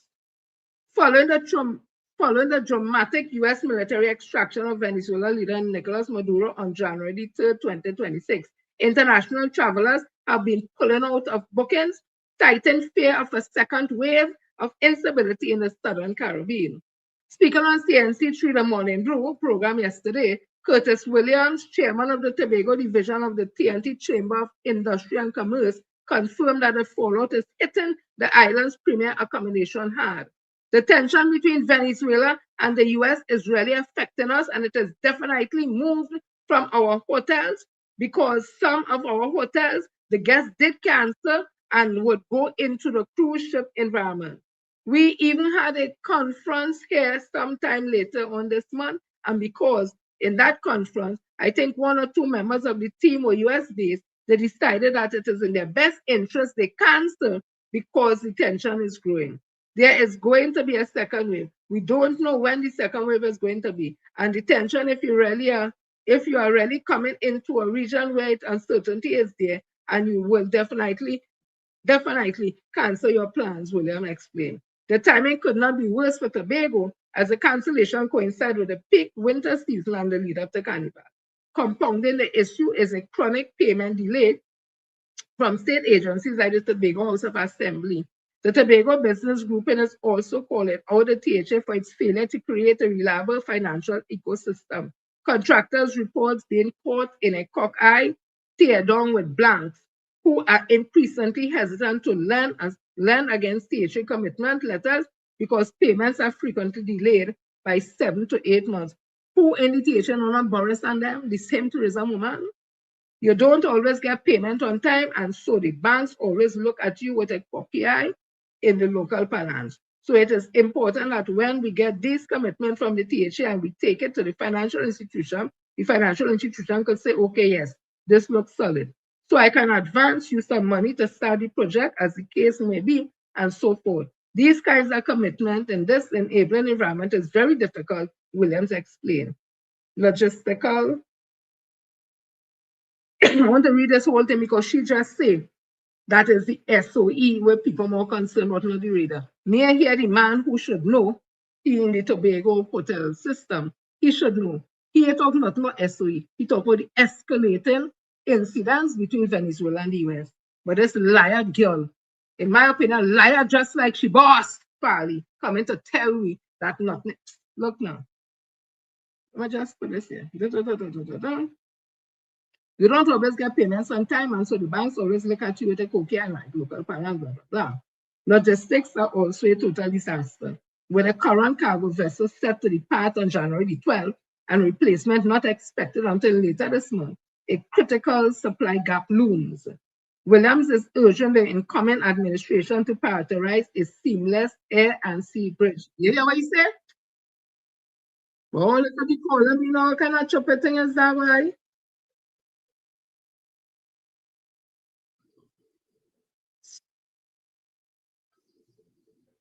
Yes.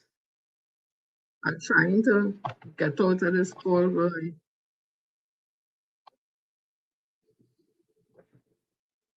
I'm trying to get out of this call, you know. But I just give my money because if I stop this and go to the call on the phone, it means what I'm reading here will.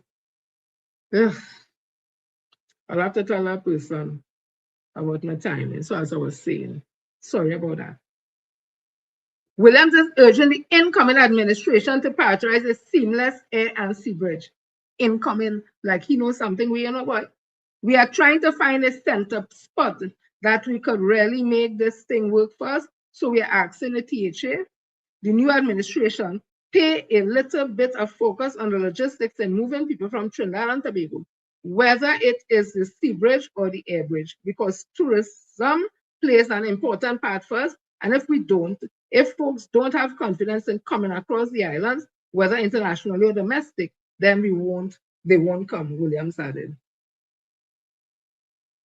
And that liar girl now come to talk about, oh, the tourism not affected. Boy, them good, yes. Then me continues. I just have to read that. Oh, they're good, yes. So we have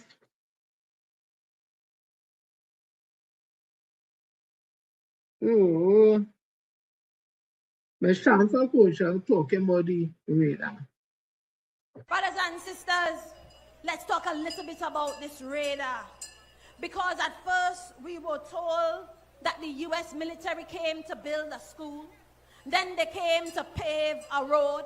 Farley told us they came to refuel. Then Tomo tell us it is a natural part of having an airport. And Certikine Fine Style tell us it is a Christmas gift.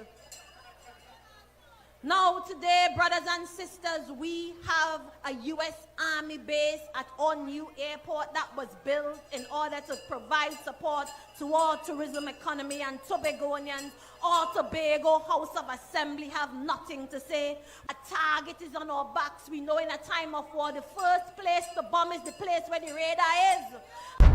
With no conversation, no consultation, brothers and sisters, a target is on our backs and the rest of the world is looking at us like, are we stupid? And saying, well, the minister is here and eventually we have a military base here, and Farley would say to Tobagonians, well, he now learn about it in the papers, and he's so glad Kamla put it in the papers, so now we know too. What is the sense in having a Tobago House of Assembly that does not stand up for you?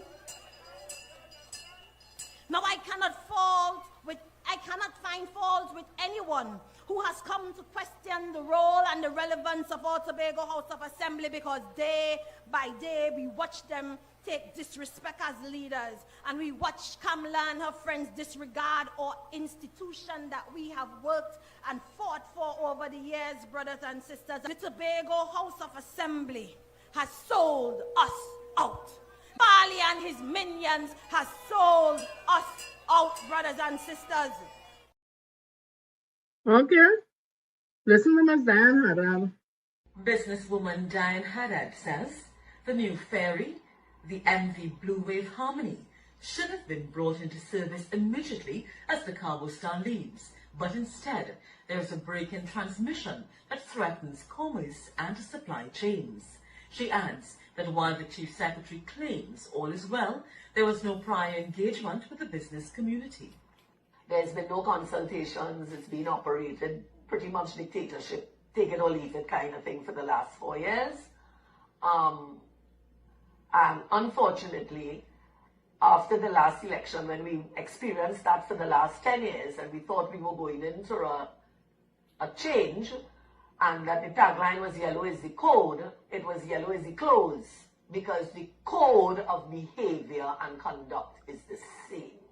Haddad tells the Morning Edition Tobago's economy has been in regression under the current administration, citing stagnation in key sectors like tourism and a lack of strategic vision. She says the island needs new leadership. I think that the PNM at this stage, based on what we have in front of us, I would like to have given Dr. Angus. I don't think she has the amount of support, but I know the ideas for change is what the island needs, but I don't think she has all of the dynamics in terms of the clause and the people getting there. I did not tell her this. I tell people, you ask me my opinion, I'll tell you. It's not from a place of hurt, it's from a place of love and care. After what we've been through for the last 4 years, no, I'm not prepared to listen to Afali Augustine again. She also weighs in on the licensing office rollout, describing it as a poorly executed plan, one that was clearly not thought through before being implemented. Clearly, it is revenue collection. Yes. It has nothing to do with bringing discipline and a formula for that licensing authority to work, like many other entities. It is a mess. Haddad says, if the intention is to get citizens to take care of their vehicles, it would make more sense to allow them to pay their inspection fees and receive a defect list, giving them 6 months or a year to complete the necessary repairs. She notes that the current system is unrealistic, with too few mechanics, a shortage of upholsters, scarce parts, and many people struggling to cover the costs. Nicole M. Romani, TV6 News. Yeah, but we have a caring government. Auntie Cam's clear, she cares, she listens to me. You hear what I say? That is a revenue collection. That increase in all them fine double to make money because they have to pay the teachers, they have to pay the rest of the public officers 10%, and they have to pay recurring expenditure. That comes with it. Any GFW in go before the CP and settle here, them have to get their monies too. And then they have to get for the new period. Just like PSA will have to go for the new period now 2020 to 21 and 22. It's real money have to pay out for workers. So they have to get money quick because they're afraid this have to go by the IMF because then everything Stuart would have said would have been true. But it's just a matter of time. They will reach there. Them holding on to get somebody thief thing. You think God like ugly? Them holding on and they hope to get people thing where they could thief. That's what I'm hoping for, and they're holding on to that. To get people thing where it's not them own. That one was asked like they like to thief. I just asking. Anyway, let me continue. So the TPP, I would like to see a list of all the things they would have done for Tobago in the 4 years because there's a whole list of things that the PNM would have done for the 21 years that they were in office in the THA. It's a thing till your head hot till you could carry. Like it's them who build the whole of Tobago and develop the whole of Tobago. What THA, what Fowler and them do? Look at this. No, the thing looking nice there, but where's the sense of it? They have no bus. Look at this. Upgraded bus shelters across Tobago, carried out by the Division of Infrastructure. This one located at Gardenside is fully equipped with CCTV cameras and electronic bus schedules. However, there is a limited supply of buses across Tobago. We caught one member of the public observing the upgraded bus shelters in Scarborough, labeled a transit lounge. Which bus you are waiting for? Waiting on the Charlottesville bus. We're going to Roxborough actually. Oh. Yeah. And how often do you take the bus? Well, only once a month actually. I'm not everyday user. Bus woes in Tobago as members of the traveling public are complaining of a limited number of buses operating. Sometimes a long wait, and at times no buses arrive. When you use the various buses in Tobago, is it a very long wait? Well, sometimes it's really not dependent because last time I went to Charlottesville, the bus didn't come at all, so I had to take a maxi. Yeah, so that time they can't get a maxi. The timing is not always accurate. So sometimes you come and you get the bus on time, sometimes again they just pass and say, oh, no bus coming today. TV6 News contacted the General Manager of the Public Transport Service Corporation, Patrick Gomez, who in a statement confirmed the shortage of buses in Tobago. Mr. Gomez said, quote, the PTSC advises that it currently has an average of 4 buses operating out of Tobago. The PTSC has been experiencing supply chain delays in acquiring essential parts for buses that were out of service. However, some parts were recently received and the PTSC will begin deploying those parts and the necessary additional labor from Trinidad this week to restore additional units to service. This activity is expected to return 3 to 4 additional buses to service over the next 2 weeks. He said other unserviceable buses have also been transferred to the corporation's main workshop in Port of Spain for medium-term repairs. Some of these units are currently awaiting parts, and once received and the repairs are completed, the units will be returned to service in Tobago. Elizabeth Williams, TV6 News. Okay. Listen to Fali lying. Because if you want to be a leader of a country, just a leader and you're talking, if you want people to believe you, you must be credible. But I guess they don't care. It's like they're following the Trump playbook tactic. Lies, lies, lies, and afterward people get so tired and frustrated and beaten down, they just leave it alone. That's what they probably want in society. But they need to understand the Caribbean is very different than the culture of America and Europe and all that. Very, very different. So if that's what they're planning on, hoping that people get so frustrated they just don't say anything again, I think that they can't play poker good and they can't play chess. They can't play chess, them playing draft. Right? So listen to Fali. By the time he and Chambers done, they nearly killed Robbie trying to fix the problem they created. And then Manning came in, problems again. They tried to kill, if they could have killed Baz Diop, they would have killed him. But he had to come and rescue. And then we had this Bobby Head from Mason Hall. And I'm not talking about Whitey. See how disrespectful he is? Along with the lying, that is a leader. That is a man who wants to lead young people, for young people to have respect. That is a man who big in the Seventh-day Adventist church that keeping Sabbath, who does do Sunday school, a man who used to be teaching people children. That is the disrespect he's showing to elders. But he wants to lead.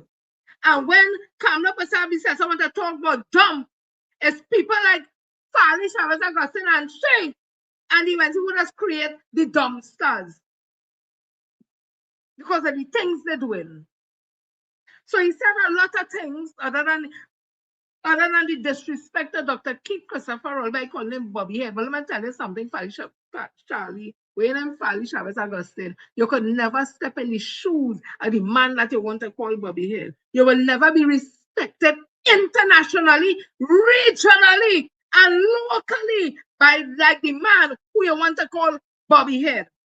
You will never get a president or a big university in America to confer a doctorate on you, Fali Chavez Augustine. But the man who they call him Bobby Head was recognized by the former president of America and was awarded a doctorate from the largest black university in the United States of America. When any volcano or anything kicking up, anyway, it's Dr. Keith Christopher Rowley who did us call for to go and treat it because he would have studied these two fray in St. Vincent. When Kick Up Jenny and some next one is starting to up, he went and meet with other scientists from around the world to see what is this happening activity there. He was the head of the seismic research unit in the UE for years. The man who you want to call Bobby Head, Fali Chavez Augustine, you can't step in Dr. Keith Christopher Rowley's shoes and you're jealous why you have to talk like that. But anyway, you say a lot of things to that are lies. It was Pandey who undermined Robinson in 1987. It's Pandey who said wake him up when it was over. It's Robinson in 1995 with 1717 to give Pandey the two Tobago seats to form the government. And Pandey stabbed Robinson in his back when he got the two PNM to cross the floor. And that is why Robinson gave the government a Manning in 1818 tie on moral and spiritual grounds because he could not trust Pandey with the government. And the person put the name, and the name is dear. So I am saying after what that gentleman said, and when I put up the post, a lot of people would agree with him. Okay? All right. That and all, they don't even have a proper sense of history. You're a little petulant, eh? You look. All right. Let me continues.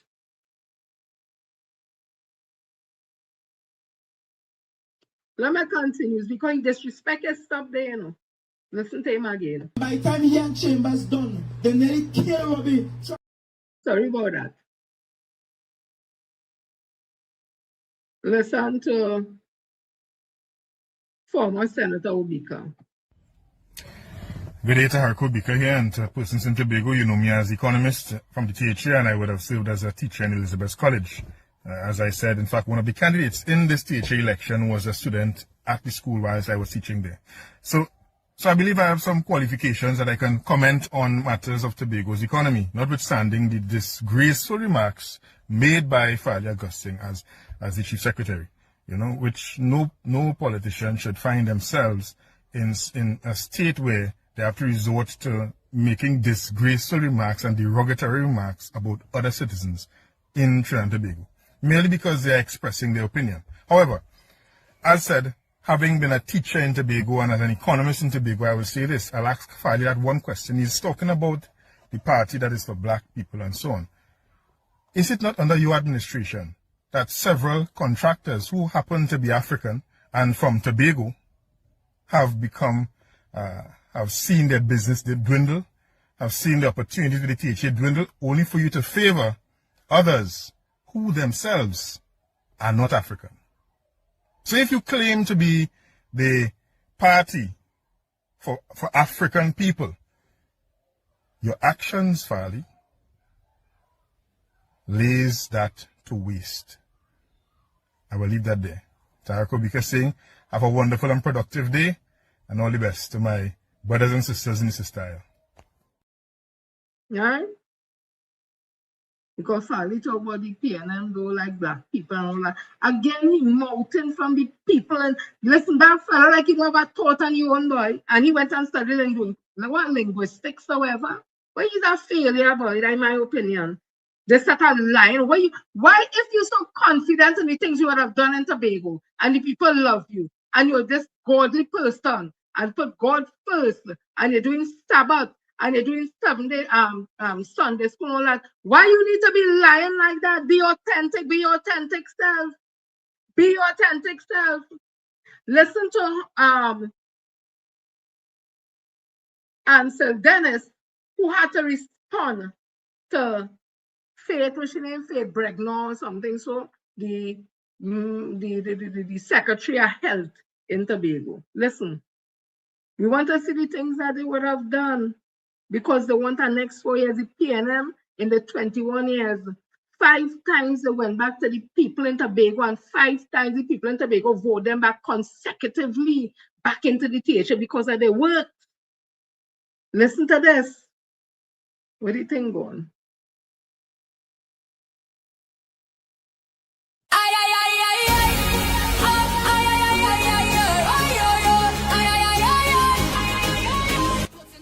And I want to tell you why we are doing that. Because the Secretary of Health, the one who took $60 million of your money and squandered it away, 18 million in ambulances that we can't use yet, 4 parked up by the fort. 1 was on a flatbed truck, a wrecker, some time ago driving through Scarborough, taking a drive. And I heard a young man said on Facebook recently, the ambulance we buy to carry sick people is being carried by the wrecker. So we have sick people and we have sick ambulances because we have a sick Secretary of Health and a sick THA administration. You dig? So 18 million on ambulances, $20 million on villas. Like the Division of Health is now getting into Airbnb. So they go on and buy 5 villas for $20 million. $8 million wasted renting ambulances because the ambulance they buy ain't working. About $9 million to rent incinerator when a new incinerator would have cost the Tobago House of Assembly $500,000. that same Secretary of Health is on Facebook telling Tobagonians, support whichever political party you want with your chest. Be bold about it. No need to hide. That same Secretary of Health fired a young man by the name of Pete Gray, are calling names. A man who worked in the Division of Health for years, who did his job to the best of his ability. And according to what the administrator wrote on file, he deserved his contract renewal for another 3 years. The Secretary of Health took it upon herself to write in the file that we're not renewing his contract. No reason was given, no justification was given. The secretary did that. In addition to that, they have been quietly calling people and threatening them about the Facebook comments, threatening people to take away their bread and butter right here in this Tobago. But now she coming to tell you that you should talk brave. No, don't talk brave. I want some of you to hide, because I want all you to keep all your THA work and keep all your bread and butter. So the people hiding by the tree continue to hide. I want you to hide and set like a mapipi until election day. Don't come out now at all. I want you to keep your work.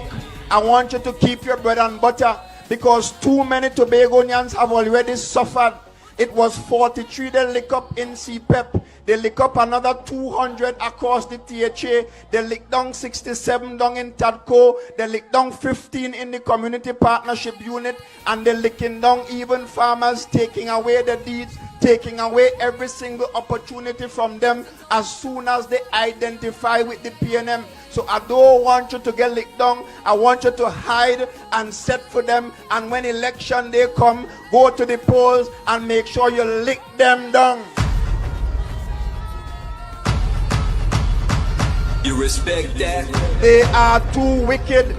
With our very best, we build the schools, the roads, the ground. In every village, progress found. We learned, we grew, we took a stand. Now we're moving with a brand new plan. Yeah, and Ansel Dennis, the leader of the PNM in Tobago, he had received, look the minute note here. The thing you're talking about, she fired the fella, look the minute note here.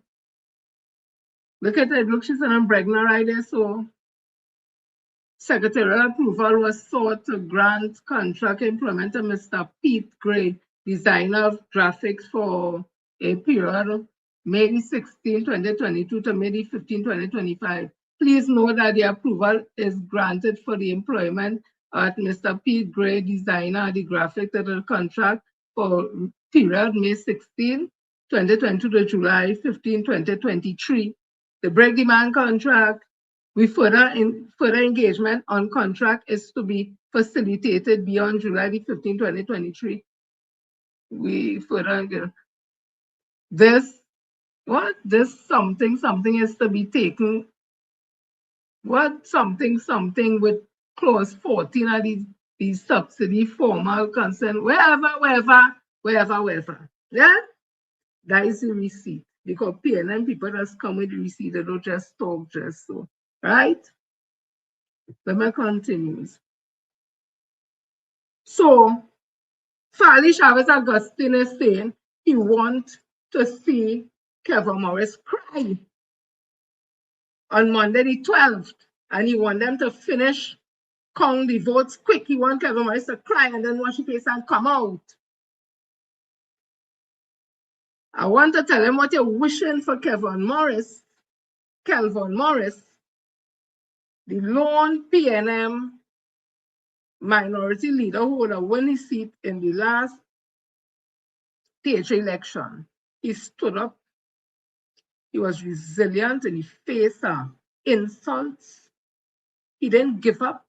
He stood and he was a standard bearer for the People's National Movement Tobago, and a young man, along with Ms. Petel Benoit. I think she was a counselor or something. They stood up together and they didn't ease up. They bring all the information, they bring the receipts to show the ills that the PPP or TPP was doing in the THA. You want to see he lose his seat? He will not lose his seat because he has been doing the work, and that is what the people in his well, we all say constituency, no matter say constituency, if I want a better word.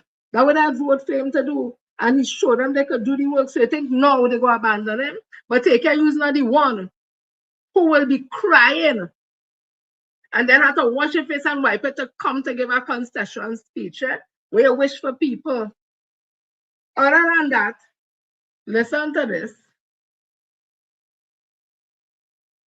Because, brothers and sisters, it was Watson himself said he started the party in Roxborough with the brother or dog under a street light. And he himself went and sought his fellow representatives, his colleagues. And when they got a taste of power, what did they do? They thief the man whole party. Farley thief the man whole party and go with it lock, stock and barrel. And according to, as Maxwell said, Tobago East, Roxborough, Argyle suffered. Suffered because of Watson. No development took place in Roxborough, Argyle over the last 4 years. And now he is coming to you, smiling at you and saying, we'll give Orlando a chance. That's what he's saying. But it was Farley who took away Watson's party and in so doing emasculated Watson in his own electoral district. And if he really cared about Roxborough Argyle, if Farley really cared about Roxborough Argyle, even after you thief the man party, you should have taken care of the man district. Yeah? After former Senator Hislop would have said that, I think it's after that, Farley come out and call the man a jellyfish. But the last time I remember is Drew called Farley a jellyfish. And then Kizel Jackson would have said something to the effect that Farley have appointed my way, which I am not interested in people's sexual orientation, that their business.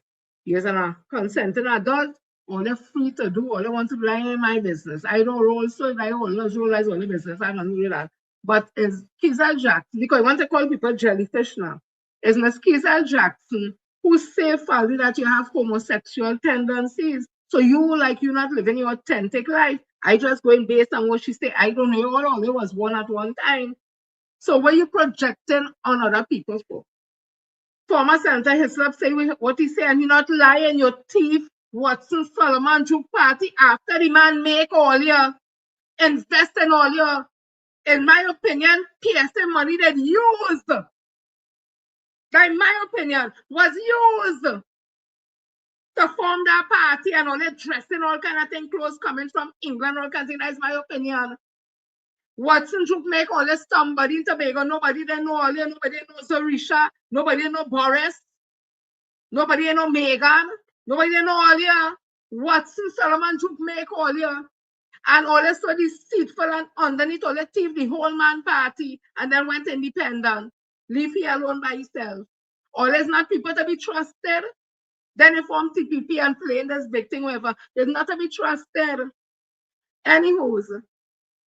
So you want to say all that about Senator so he could defend himself, but I just come back to memory of calling him jellyfish. It's Juke who call you a jellyfish. What jellyfish mean? No spine, you're just loose. Right? That is my opinion. And it's Kizel Jackson who say that you have those tendencies. So live your authentic life if that is what is so hide behind cover and want to call other people things. Any other may continue. So Farley Chavez Augustine, his disrespect knows no bounds. So there is a candidate on the PNM side called, oh gosh, what's his name? That's not where all I want to get a proper name. I don't just want to call him Sterling Big Dog Timothy. And this is what Farley felt he could say about the young man who is going up to represent his area, I think is a Bethel. Because you know, say PNM, though like black people and black people, but this guy, Sterling Big Dog Timothy, is a black man. Whether he on the opposite, the other political side than you should be proud to see a young man from that area coming up, and as I hear, is a red groundsman, what we like to call ghetto youth. You should be happy to see a ghetto youth coming out and wanting to represent the community. You should be happy. Instead, this is what you have to say. You feel Big Dog knows how the THA works? You feel Big Dog knows what a vote is? You feel Big Dog knows what is environment and transfer? You feel Big Dog knows how you communicate with administrators? You feel Big Dog could be a secretary? Or even an assistant secretary? A few moments later. I may not know everything about being a secretary today, but I know that my first responsibility as an area representative is to serve the people with humility, honesty, and respect. I want to know about the secretary talk. What are you talking about?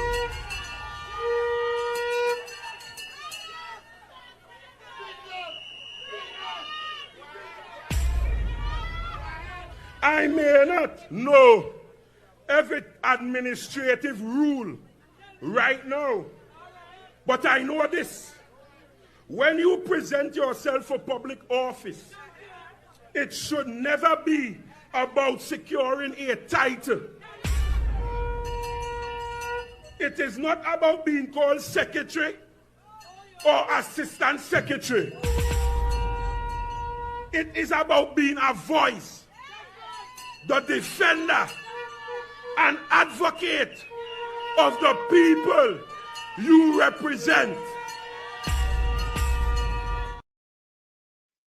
Right? So, Parish Officer Augustine is insulting this young guy instead of praising the fact that he's willing to stand up and represent his community, coming from what they will, as Senator Islam say, you don't like to use the word ghetto. I think it's Senator Islam. But from the ghetto, you should be happy that he's willing to come to serve instead of embarrassing to tell him if he know what administration. Half all you didn't know nothing when all went in THA. You didn't know nothing, so Richard didn't know nothing, all didn't know nothing, all you learn. What you want to embarrass the youth man for? So his colleagues has come on to defend him, and they're right. So this is from Akil Guy, who said to all young people coming from communities that others like to label as ghetto, let me talk to you for a moment. You are good enough. Where you come from does not decide where you can go. Your background does not limit your intelligence, and your struggle does not disqualify you from leadership. Too often, politicians approach young men only when they want votes, not when it's time to create opportunities, not when it's time to sit at the table, and not when it is time to lead. And that has to change. The truth is, you understand these communities better than anyone else. You live the issue. You know who works and what, you know what works and what doesn't. And that lived experience is not a weakness, it's a qualification. So yes, you belong in office to belong at the table, and you belong in the, so yes, you belong in the office, you belong at the table, and you belong in the rooms where decisions are made.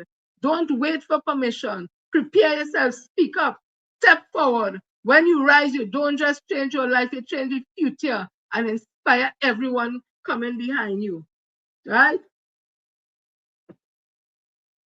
That there again is Sterling Big Dog Timothy, and this is support coming from Kelvin Morris, the leader of the opposition, the leader of the minority leader in the THA for the PNM.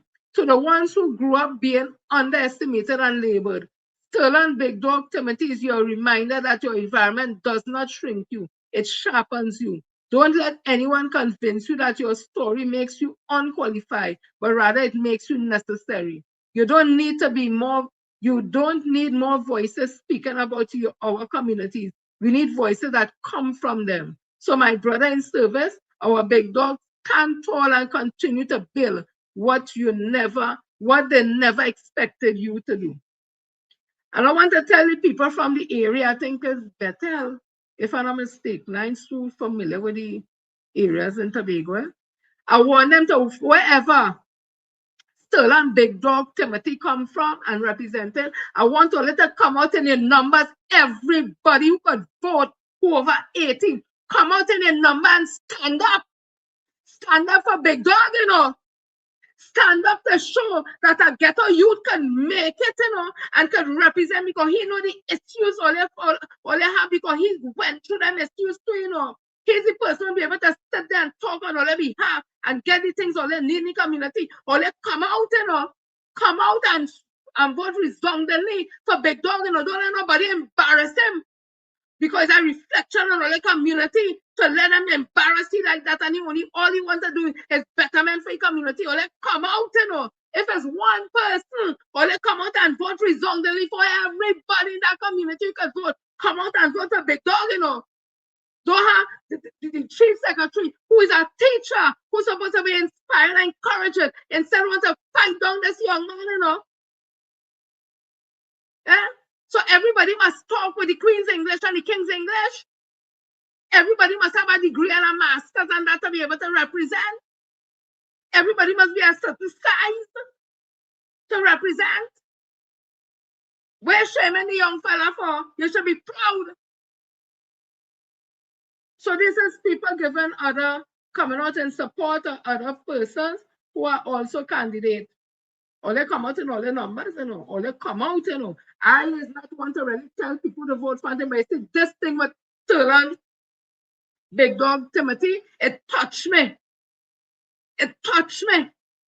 Because as a Rastafarian, plenty of people just want to keep me down and feel because I this and I that and me and I know masters and all that I can't talk and me and know nothing. So I know that kind of victimization and fight down because of implicit bias, you know. I understand that, you know, and those things has get to me because they don't understand your journey. They don't understand where you come from, and because of your journey and where you come from will make you one of the best leaders because you understand that you live it. So all the ghetto youth stand them who have a dream to be somebody, don't let nobody keep all it on all the Rastafarian who have a dream to be somebody, don't let your dreadlocks, don't let your lifestyle having your dreadlocks on here keep you back and nobody skin up their face when they see you and tell about all your hair smelling and all your holes and your head burn up. Don't let that stop you. Or let come out and vote resoundingly for Sterling Big Dog Timothy. Show them that all they will stand in solidarity with one of their own. Instead of probably praise this young man, you want to bring it on as I say, I understand. Because I understand how some of them just sing about Rasta when they see me. But I don't let them. Them can write my story. And Sterling Big Dog Timothy, they can't write your story. There's not the author of your story. They can't write it, they can't finish it. And it's not where you start, it's where you finish. And it's not where you come from that defines you in that way. Don't let nobody define you and make you feel you can be the blasted fast and out of place. So there's other support for other persons also who are going up. So listen to this. I can say to me, Kelvin is a better candidate, reason being, because we never really see Ricky Joe feel around here. You understand? We doing some, no, you know who he is? You know who he is? I doing some know who that man is, to be honest with you. But no, we build a relationship with Kelvin now. You understand? This is why we can say he's the best person for Dark Spring Women, you know? Because not everybody perfect, and as a man, we rolling for the youth star point whereby I'm a little person, you know?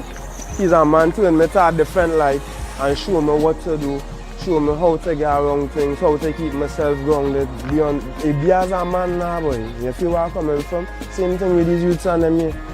Everywhere he go, we just follow him because, we had a belief in him now. You understand? He really going and make that change. You understand? And I see to myself, he just put Tobago first time and time again because he's the man know majority of everybody problems inside of here. He will just jump out of car. Hey, my boys, what are you doing here? Boy, come now, let me do something. And, just Bella vibes. You understand? Same way, he's a man that give back to real children too because he's a book driver. I was here and worked for the book driver assistant just as well. Christmas parties, He's a man, is a real person now. At the end of the day, he real. And that's why I could say about him to me. And if I vote a man, I'm sure he could make a difference around here in Dallas Spring. For real. You understand?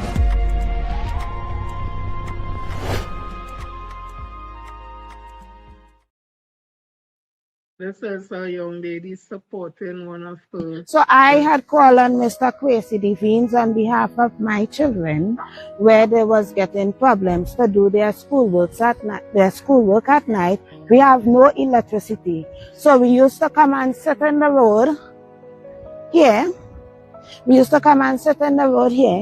And use this solar light with my children to do their homework. And Mr. Kwesi Devines bought the solar lights for us. So this is how I get lights in the kitchen on behalf of Mr. Kwesi Devines. And the Lord said, let there be light. And there was lights on behalf of Kwesi Devines. Mr. Kwesi brought a smile to our face. My son came home with 5 subjects this year, and right now he is doing a diploma in mechanical engineering. So on behalf of my children and I will love to thank Mr. Kwesi Devines for bringing brightness to our home. And it's the little thing that has touched people. To somebody else, that be small thing, that was she talking about. But when you touch people's life because you know what they need, not what they want to know, you touch their need and you help their need, is that what does make them come out and thank you. Small little things that they need. So there's another candidate getting endorsement, all the candidates. I want to tell Ms. Ansel Dennis, the leader of the PNM in Tobago, sir, you did a wonderful job. And to be able to get all those young people, because they say PNM dead. But PNM can't dead if it's all them young people, young, intelligent, professional people in their own right, whether they have a degree or not, young people willing to serve their communities. I applaud you for that, sir, Mr. Dennis. And you run a campaign where it's on the ground talking to the people, not billboards all over the place, well organized. Touching the hearts of people. You have to touch people's heart. When you touch their heart, then you can touch their head. That's what you all have been doing in this campaign. I've been watching the meetings. Very energized. I love it. I see the young people and them. The young girl who is to play, I think, either cricket or football. Then the young girl, I think, who doing medicine. Then we have Big Dog. Then we have Akil Guy. And we have so many others of them. I don't know everybody's name, but it's young people that augurs well for the continuity of the People's National Movement. And just as Ms. Shanta Kojo always say, listen to her say, we're not here, a proud PNM in good times and bad, in office, out of office, win, lose or draw. I am a member of the People's National Movement. You dig? And I'm not just a member, I am a lifetime member of this People's National Movement.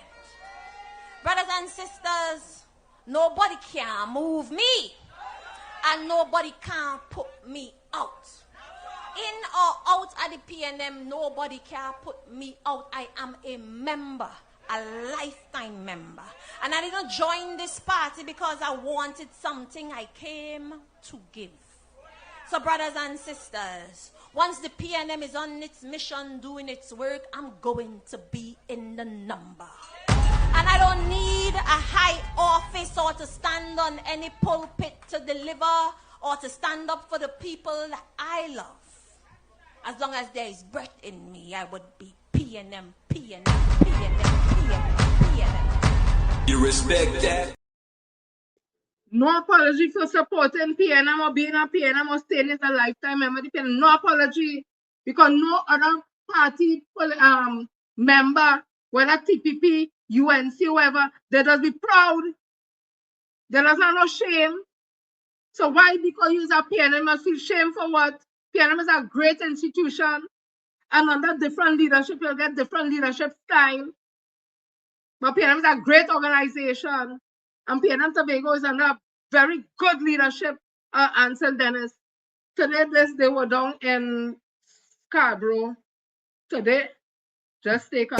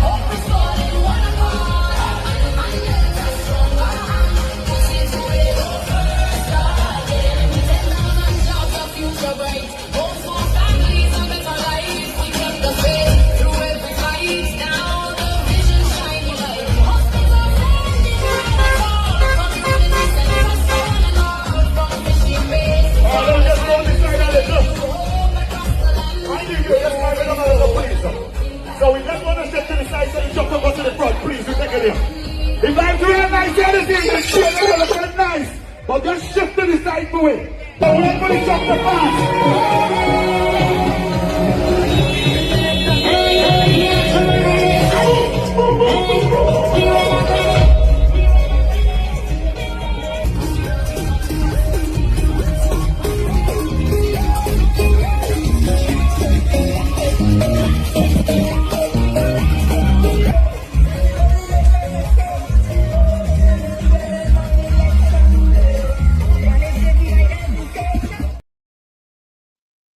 Don't feel no shame to wave your PNM flag. Don't feel shame to put on a PNM jersey. Don't feel shame to have a cocaine stick broom in your hand, keeping the ground. Don't feel shame for doing left foot and right. Don't be ashamed, because then don't be ashamed of their party. The UNC people don't be ashamed, and look at the UNC people suffering in this country now. Only tax and everything. When they tell people they will cut all taxes, they come and give more taxes, and they will them UNC people put on a UNC jersey in the morning and go out proud. So what PNM people must be shame about the body is PNM. We never suffer. Everything they have is the PNM and the government policy that give them that. We always want to talk about the PNM and people will suffer. Some people suffer because they didn't take opportunities. Was the PNM perfect? Hell no, nothing perfect. But what a shame about take the blasted cocaine broom and sweep and do left foot, right foot, wave your damn flag and put on a PNM jersey. Nothing to shame about. Be unapologetic. I just want to tell people in Tobago, whatever decision to make. In Trinidad, they had one was to make two, and everybody get caught up with a jingle when everybody win, and they get caught up with a slogan. Yellow is the code, and they're regretting it now. Because all that glitter wasn't gold. They're regretting it now. Tobago, Monday the 12th of January, don't regret it. Because you can't take back your vote, you know. Plenty of them in Trinidad say no wish you could take back the vote. Don't be ones to take back your vote, or they're seeing chalk and cheese. Don't get caught up with just emotion because I like you and all, I want to be boy. Vote for who is going to represent, because they had 4 years. Tell me what they do in Tobago for 4 years that would have enhanced the life of Tobagonians. Against a PNM who was there for 21 years, all they like to say. But the people at Tobago give them 5 times in office consecutively because they was doing the work. There's the whole list there. So you think if a PNM back in office in THA Monday the 12th of January, that they wouldn't continue doing the work? You think if a PNM was in office in the THA, that it could have a radar and a US military base put down in Tobago, and they didn't know to come out and talk and say something? You think that would have passed easy, so? Or let be real. PNM has done a lot for Tobago. Were they perfect? No. Was some of them all kind of, yes, it's human beings you're talking about. But when you look at it, who has always delivered for the people of Tobago? Let me be real. They're taking with the carbo stand, and next one coming days and days after, weeks after. So what's going to happen between the 12th and whenever the carbo stand comes? Under the PNM, all they complain about the sea bridge. Yes, so they had every right to blast it, complain. And all they come and get how much ferry, but 3. Tell all they come, it has so much boat. I went up to Tobago and one watch the thing like a dam. I afraid sea and I afraid boat, all them kind of damn thing. The thing like a blasted floating hotel. I sleep on myself on the pillows, I sleep. I get up and went by the thing, I buy things to eat, whatever. And listen, I felt so nice. It's Dr. Keith Christopher Oli Tobagonian who that dirtiness calling Bobby Head. Yes, I could call you dirtiness. I'm not in office.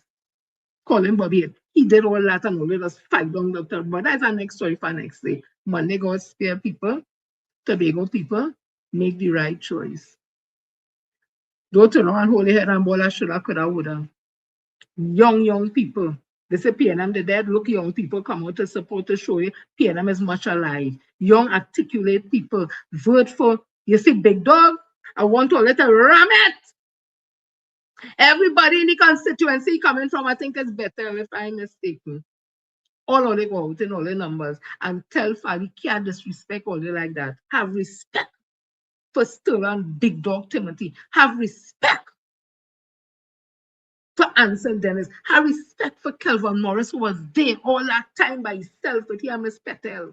Have respect for Miss Petel Benoit. Have respect for Akil Guy. Have respect for all of them. I don't know everybody's name.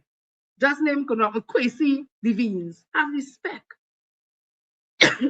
You're disrespectful, Fally. Me hear none of them on the PNM platform disrespect no TPP. They just bring the receipt and they talk the truth. So, Monday God spare is D-Day in Tobago. I wish Mr. Ansel Dennis and the PNM team all the best. I know they are the best to take over the THA now. Fally has been compromised, in my opinion. He may have started out good. I don't know. But when you link with Watson Solomon to do good, and then all they thief the whole man party, or they pull aside, it says something not right with you. And you continue to show people that something really not right for a man who's a Christian man, a strong Seventh-day Adventist man, it shows that you're prone to lying. And I know the Bible talk about, me no big Bible reader, and I don't go to church and thing, right? But I know the Bible said, thou shalt not lie.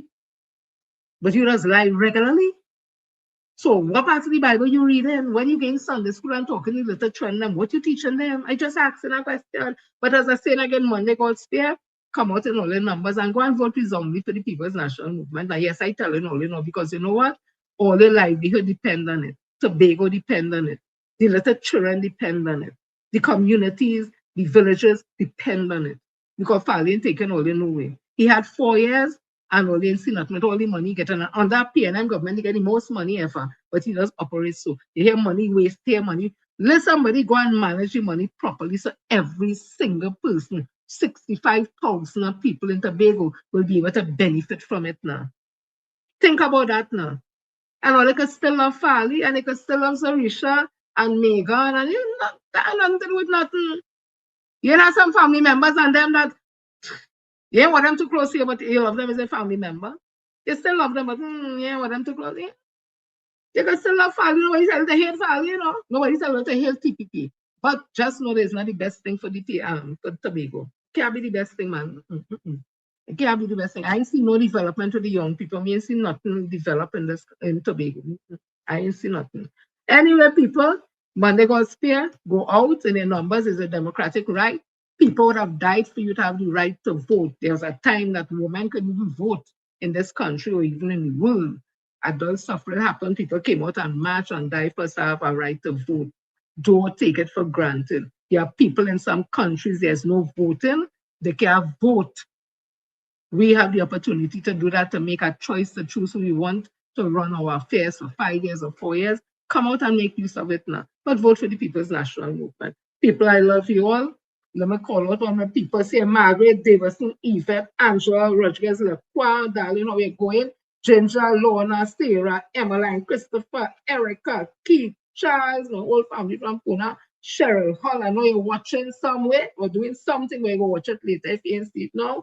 And Shepherd, Ophelia, Boys, Andrew, Allison, Helen, Russ, Rojas, and Pleasantville, Roxanne, Kim, Melka, Bolty, Hadara, Ruthven, Dr. Lloyd Straker, Lucy Brown, Cheryl, Silly, Allison, Phillips, Giovanna, Lazar, Francia, Pancho, E.A. Shorty, Carol, the whole girl Carol the four, and so many others. Those I have as friends on Facebook. I can't remember everybody's name. Those I have as friends on WhatsApp. Calling all out E.A. Shorty, Bernadette, Angel, Jocelyn, Augustus, Kato, Victoria from Sawa, and she old friend from who I'm meeting yet. McDonald, Banto, Katia, Raymond, Felicia, Elise Alexander. Elise, I tell you to inbox me. I want to know what I was talking about, and those that journey inbox me, right? Like you doesn't know nothing, you know. I don't know what's going on with you, right? Joyce Navis, Margaret, Thomas, Angela, Sobers, Denise Reed. Oh, but I meet you in town, you know, what's your name again? I think it's something Thomas Farrell. Kim Thomas Farrell. She said, I am Kim Thomas Farrell. I said, Papa, you know. Rosalind Norton, Geese, Diamond, Trini, Joel, Blackberries, Myrtle, Joseph, Tessa, Graham, Cynthia, Denise, Camilla, Mary, the him, old friend from down in Sugar. Down Sugar. Kelvin, Mr. Nelson, the sexy Rasta woman meet up on Frederick Street. I think she named, oh God, I forget her name. Sharon, she types her name. She say, yes, hello. I think it's Marva, sexy Marva. If it's you, hey, hello. Let me see all who here on Bounce Up. Wayne Joseph Argyle, MH, TK3YG Papa, Patty, and who again? Vernie. Who again? General, good night, blessing. Thank you, darling. Let me see who we have again. Oh God, what do you think? Do you think I'm moving? What do you think I'm moving? Okay. Brenda. Who again? Mr. Gibson. What do you think there's highlighted? So Benny Q. Who again? Joycelyn White Smalls. Where do we not cross there? Right, Helen Ross. Let me see who again. Great. And everybody and Bounce Up. Everybody. Thank you all. Thank you for listening to me until we talk detail unfiltered and coming on Buxom Central. Thanks to Director for the opportunity. And listen, It have plenty thing to talk. So see you all on Tuesday, God spare, when we're coming back with something fresh, something new. Miguel Jen, Sister Jenny, Auntie Jenny, if you want to get formalism, and a Frederick. So I will see you all on Monday. No, not Monday, no.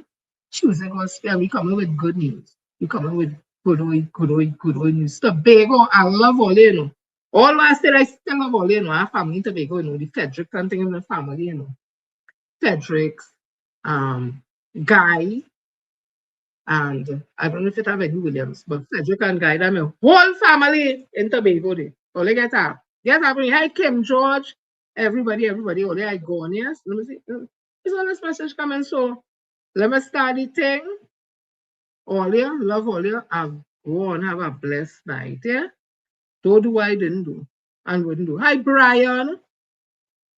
I go on. Though it might seem eccentric how people losing their mind quick, I tell you it is not magic. I cannot show you it and no trick. Thought process could be overwhelming when something is traumatizing. They heard me scream a few times. They say I lose in my mind, but I got a 6 for a 9 from the girl that I call Sunshine. She said, Blaze, you know I love you, and to you I'll always be true. I came home early one time, found a man in this bed of mine. I did subtracting and multiplying, yes, I got a 6 for a 9.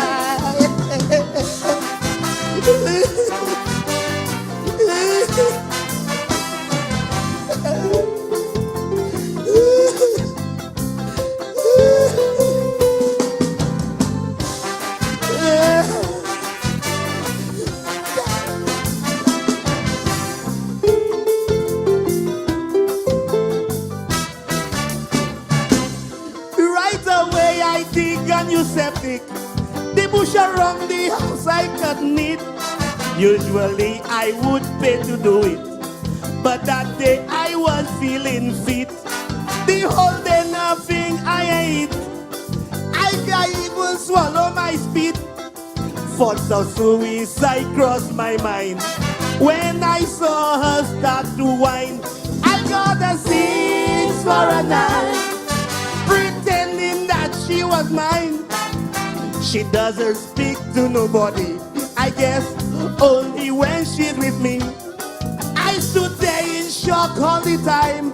I never knew my woman could whine. Is when he held her from behind. My God, I got a 6 for a 9.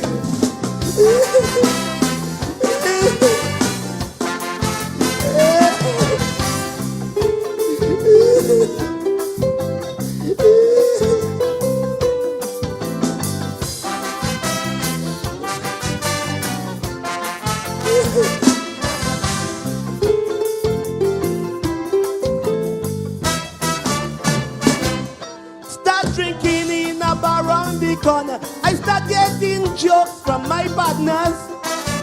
They all knew what was happening. They tried telling me I ain't listening. My whole neighborhood knew it all. But when you got toujours j'étais pas wall. It's true when they say love is blind. I never saw the signs. But I got a 6 for a 9. I was sure this woman was mine. The only place she going is church on Sunday morning. My granny say from Salah say Maleo. Must have it take a point normaleo. Even on top the man, sun shall climb. I got a 6 for a 9.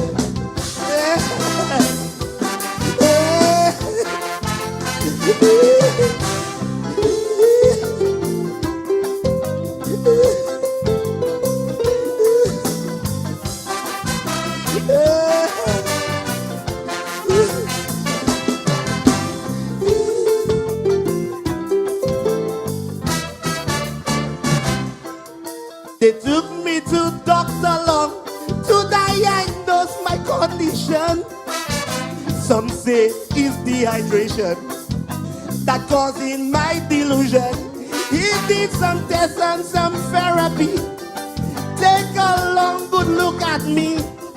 He said, please, I can't get you well. You suffering from good well. I got a 6 for a 9, pretending that she was mine. After what she did to me, I ain't trusting anybody. I walk from Castries to Denry. I ain't taking right, so don't stop for me. Then she said, his pencil bigger than mine. I got a 6 for a 9. She said, I have a 6 and he have a 9.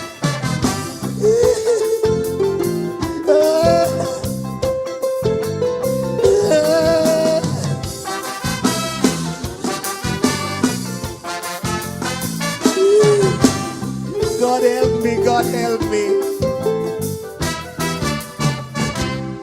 Then I went to the religious man, seeking divine intervention. I needed spiritual advice to deal with all of those lies. He told the congregation, pray for me to free me of this misery. She's always coming to confession. Didn't know it was me that was getting hurt. But I got a 6 for a 9. I know my woman's still mine. She was removing the bed cover, and her stepfather came to help her. I'm not losing my mind. She turned upside down to check the time. The position was 69. That's not a 6 for a 9. I love you, sunshine. I still love her. I still love my sunshine.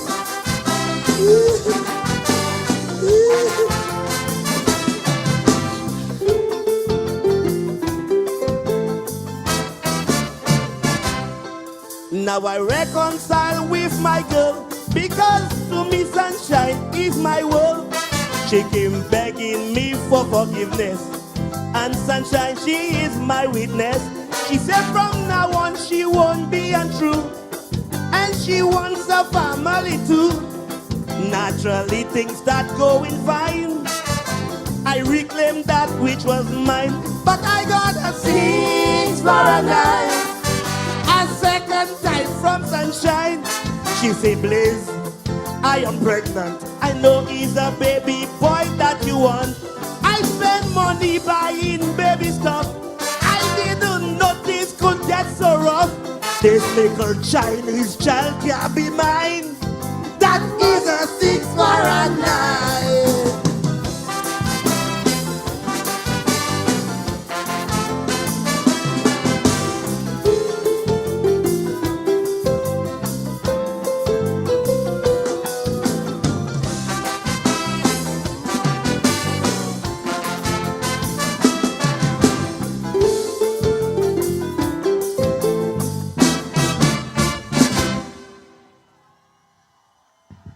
Thank you. Yeah. Come on, St. Lucia, put your hands together, make some noise for the man Blaze.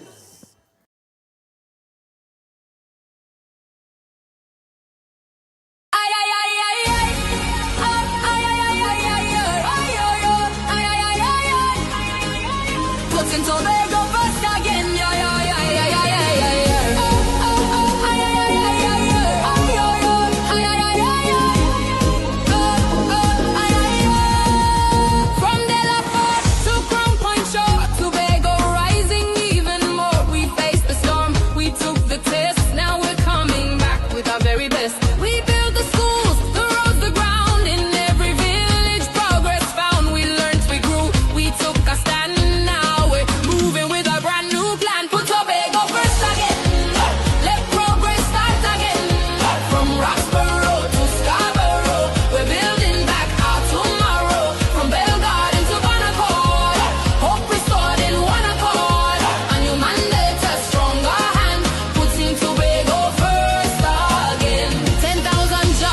future bright. Homes for families, a better life. We kept the faith through every fight. Now the vision shining light. Hospitals standing proud and tall. Community centers for one and all. From fishing bays to farmers' hands, we gave new hope across the land. We're moving forward, not looking back.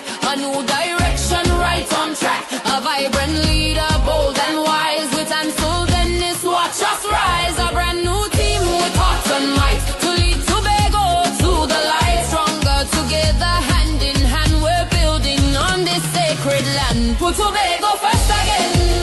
Let progress start again. From Roxborough to Scarborough, we're building back our tomorrow. From Belgarden to Bonaport, hope restored in one accord. A new mandate, a stronger hand, putting Tobago first again. Yeah, yeah, yeah, yeah. Oh, yeah, yeah, yeah, yeah, yeah, yeah, yeah, yeah, yeah, yeah. Putting Tobago first again. Putting Tobago first again. Yeah, yeah, yeah, yeah, yeah, yeah, yeah, yeah. Oh, oh. Put it your future, clean green plan, opportunities for every man. Investing in youth, in sport, in dreams. We're powering up our island teams. Agriculture, trade and pride, with unity standing side by side. From coast to coast, let freedom ring. It's PNM that Tobago brings. We stand united, red and proud. PNM voices strong and loud. For every child, for every friend, this journey's just about to begin. So hand in hand across the plain, putting Tobago first again.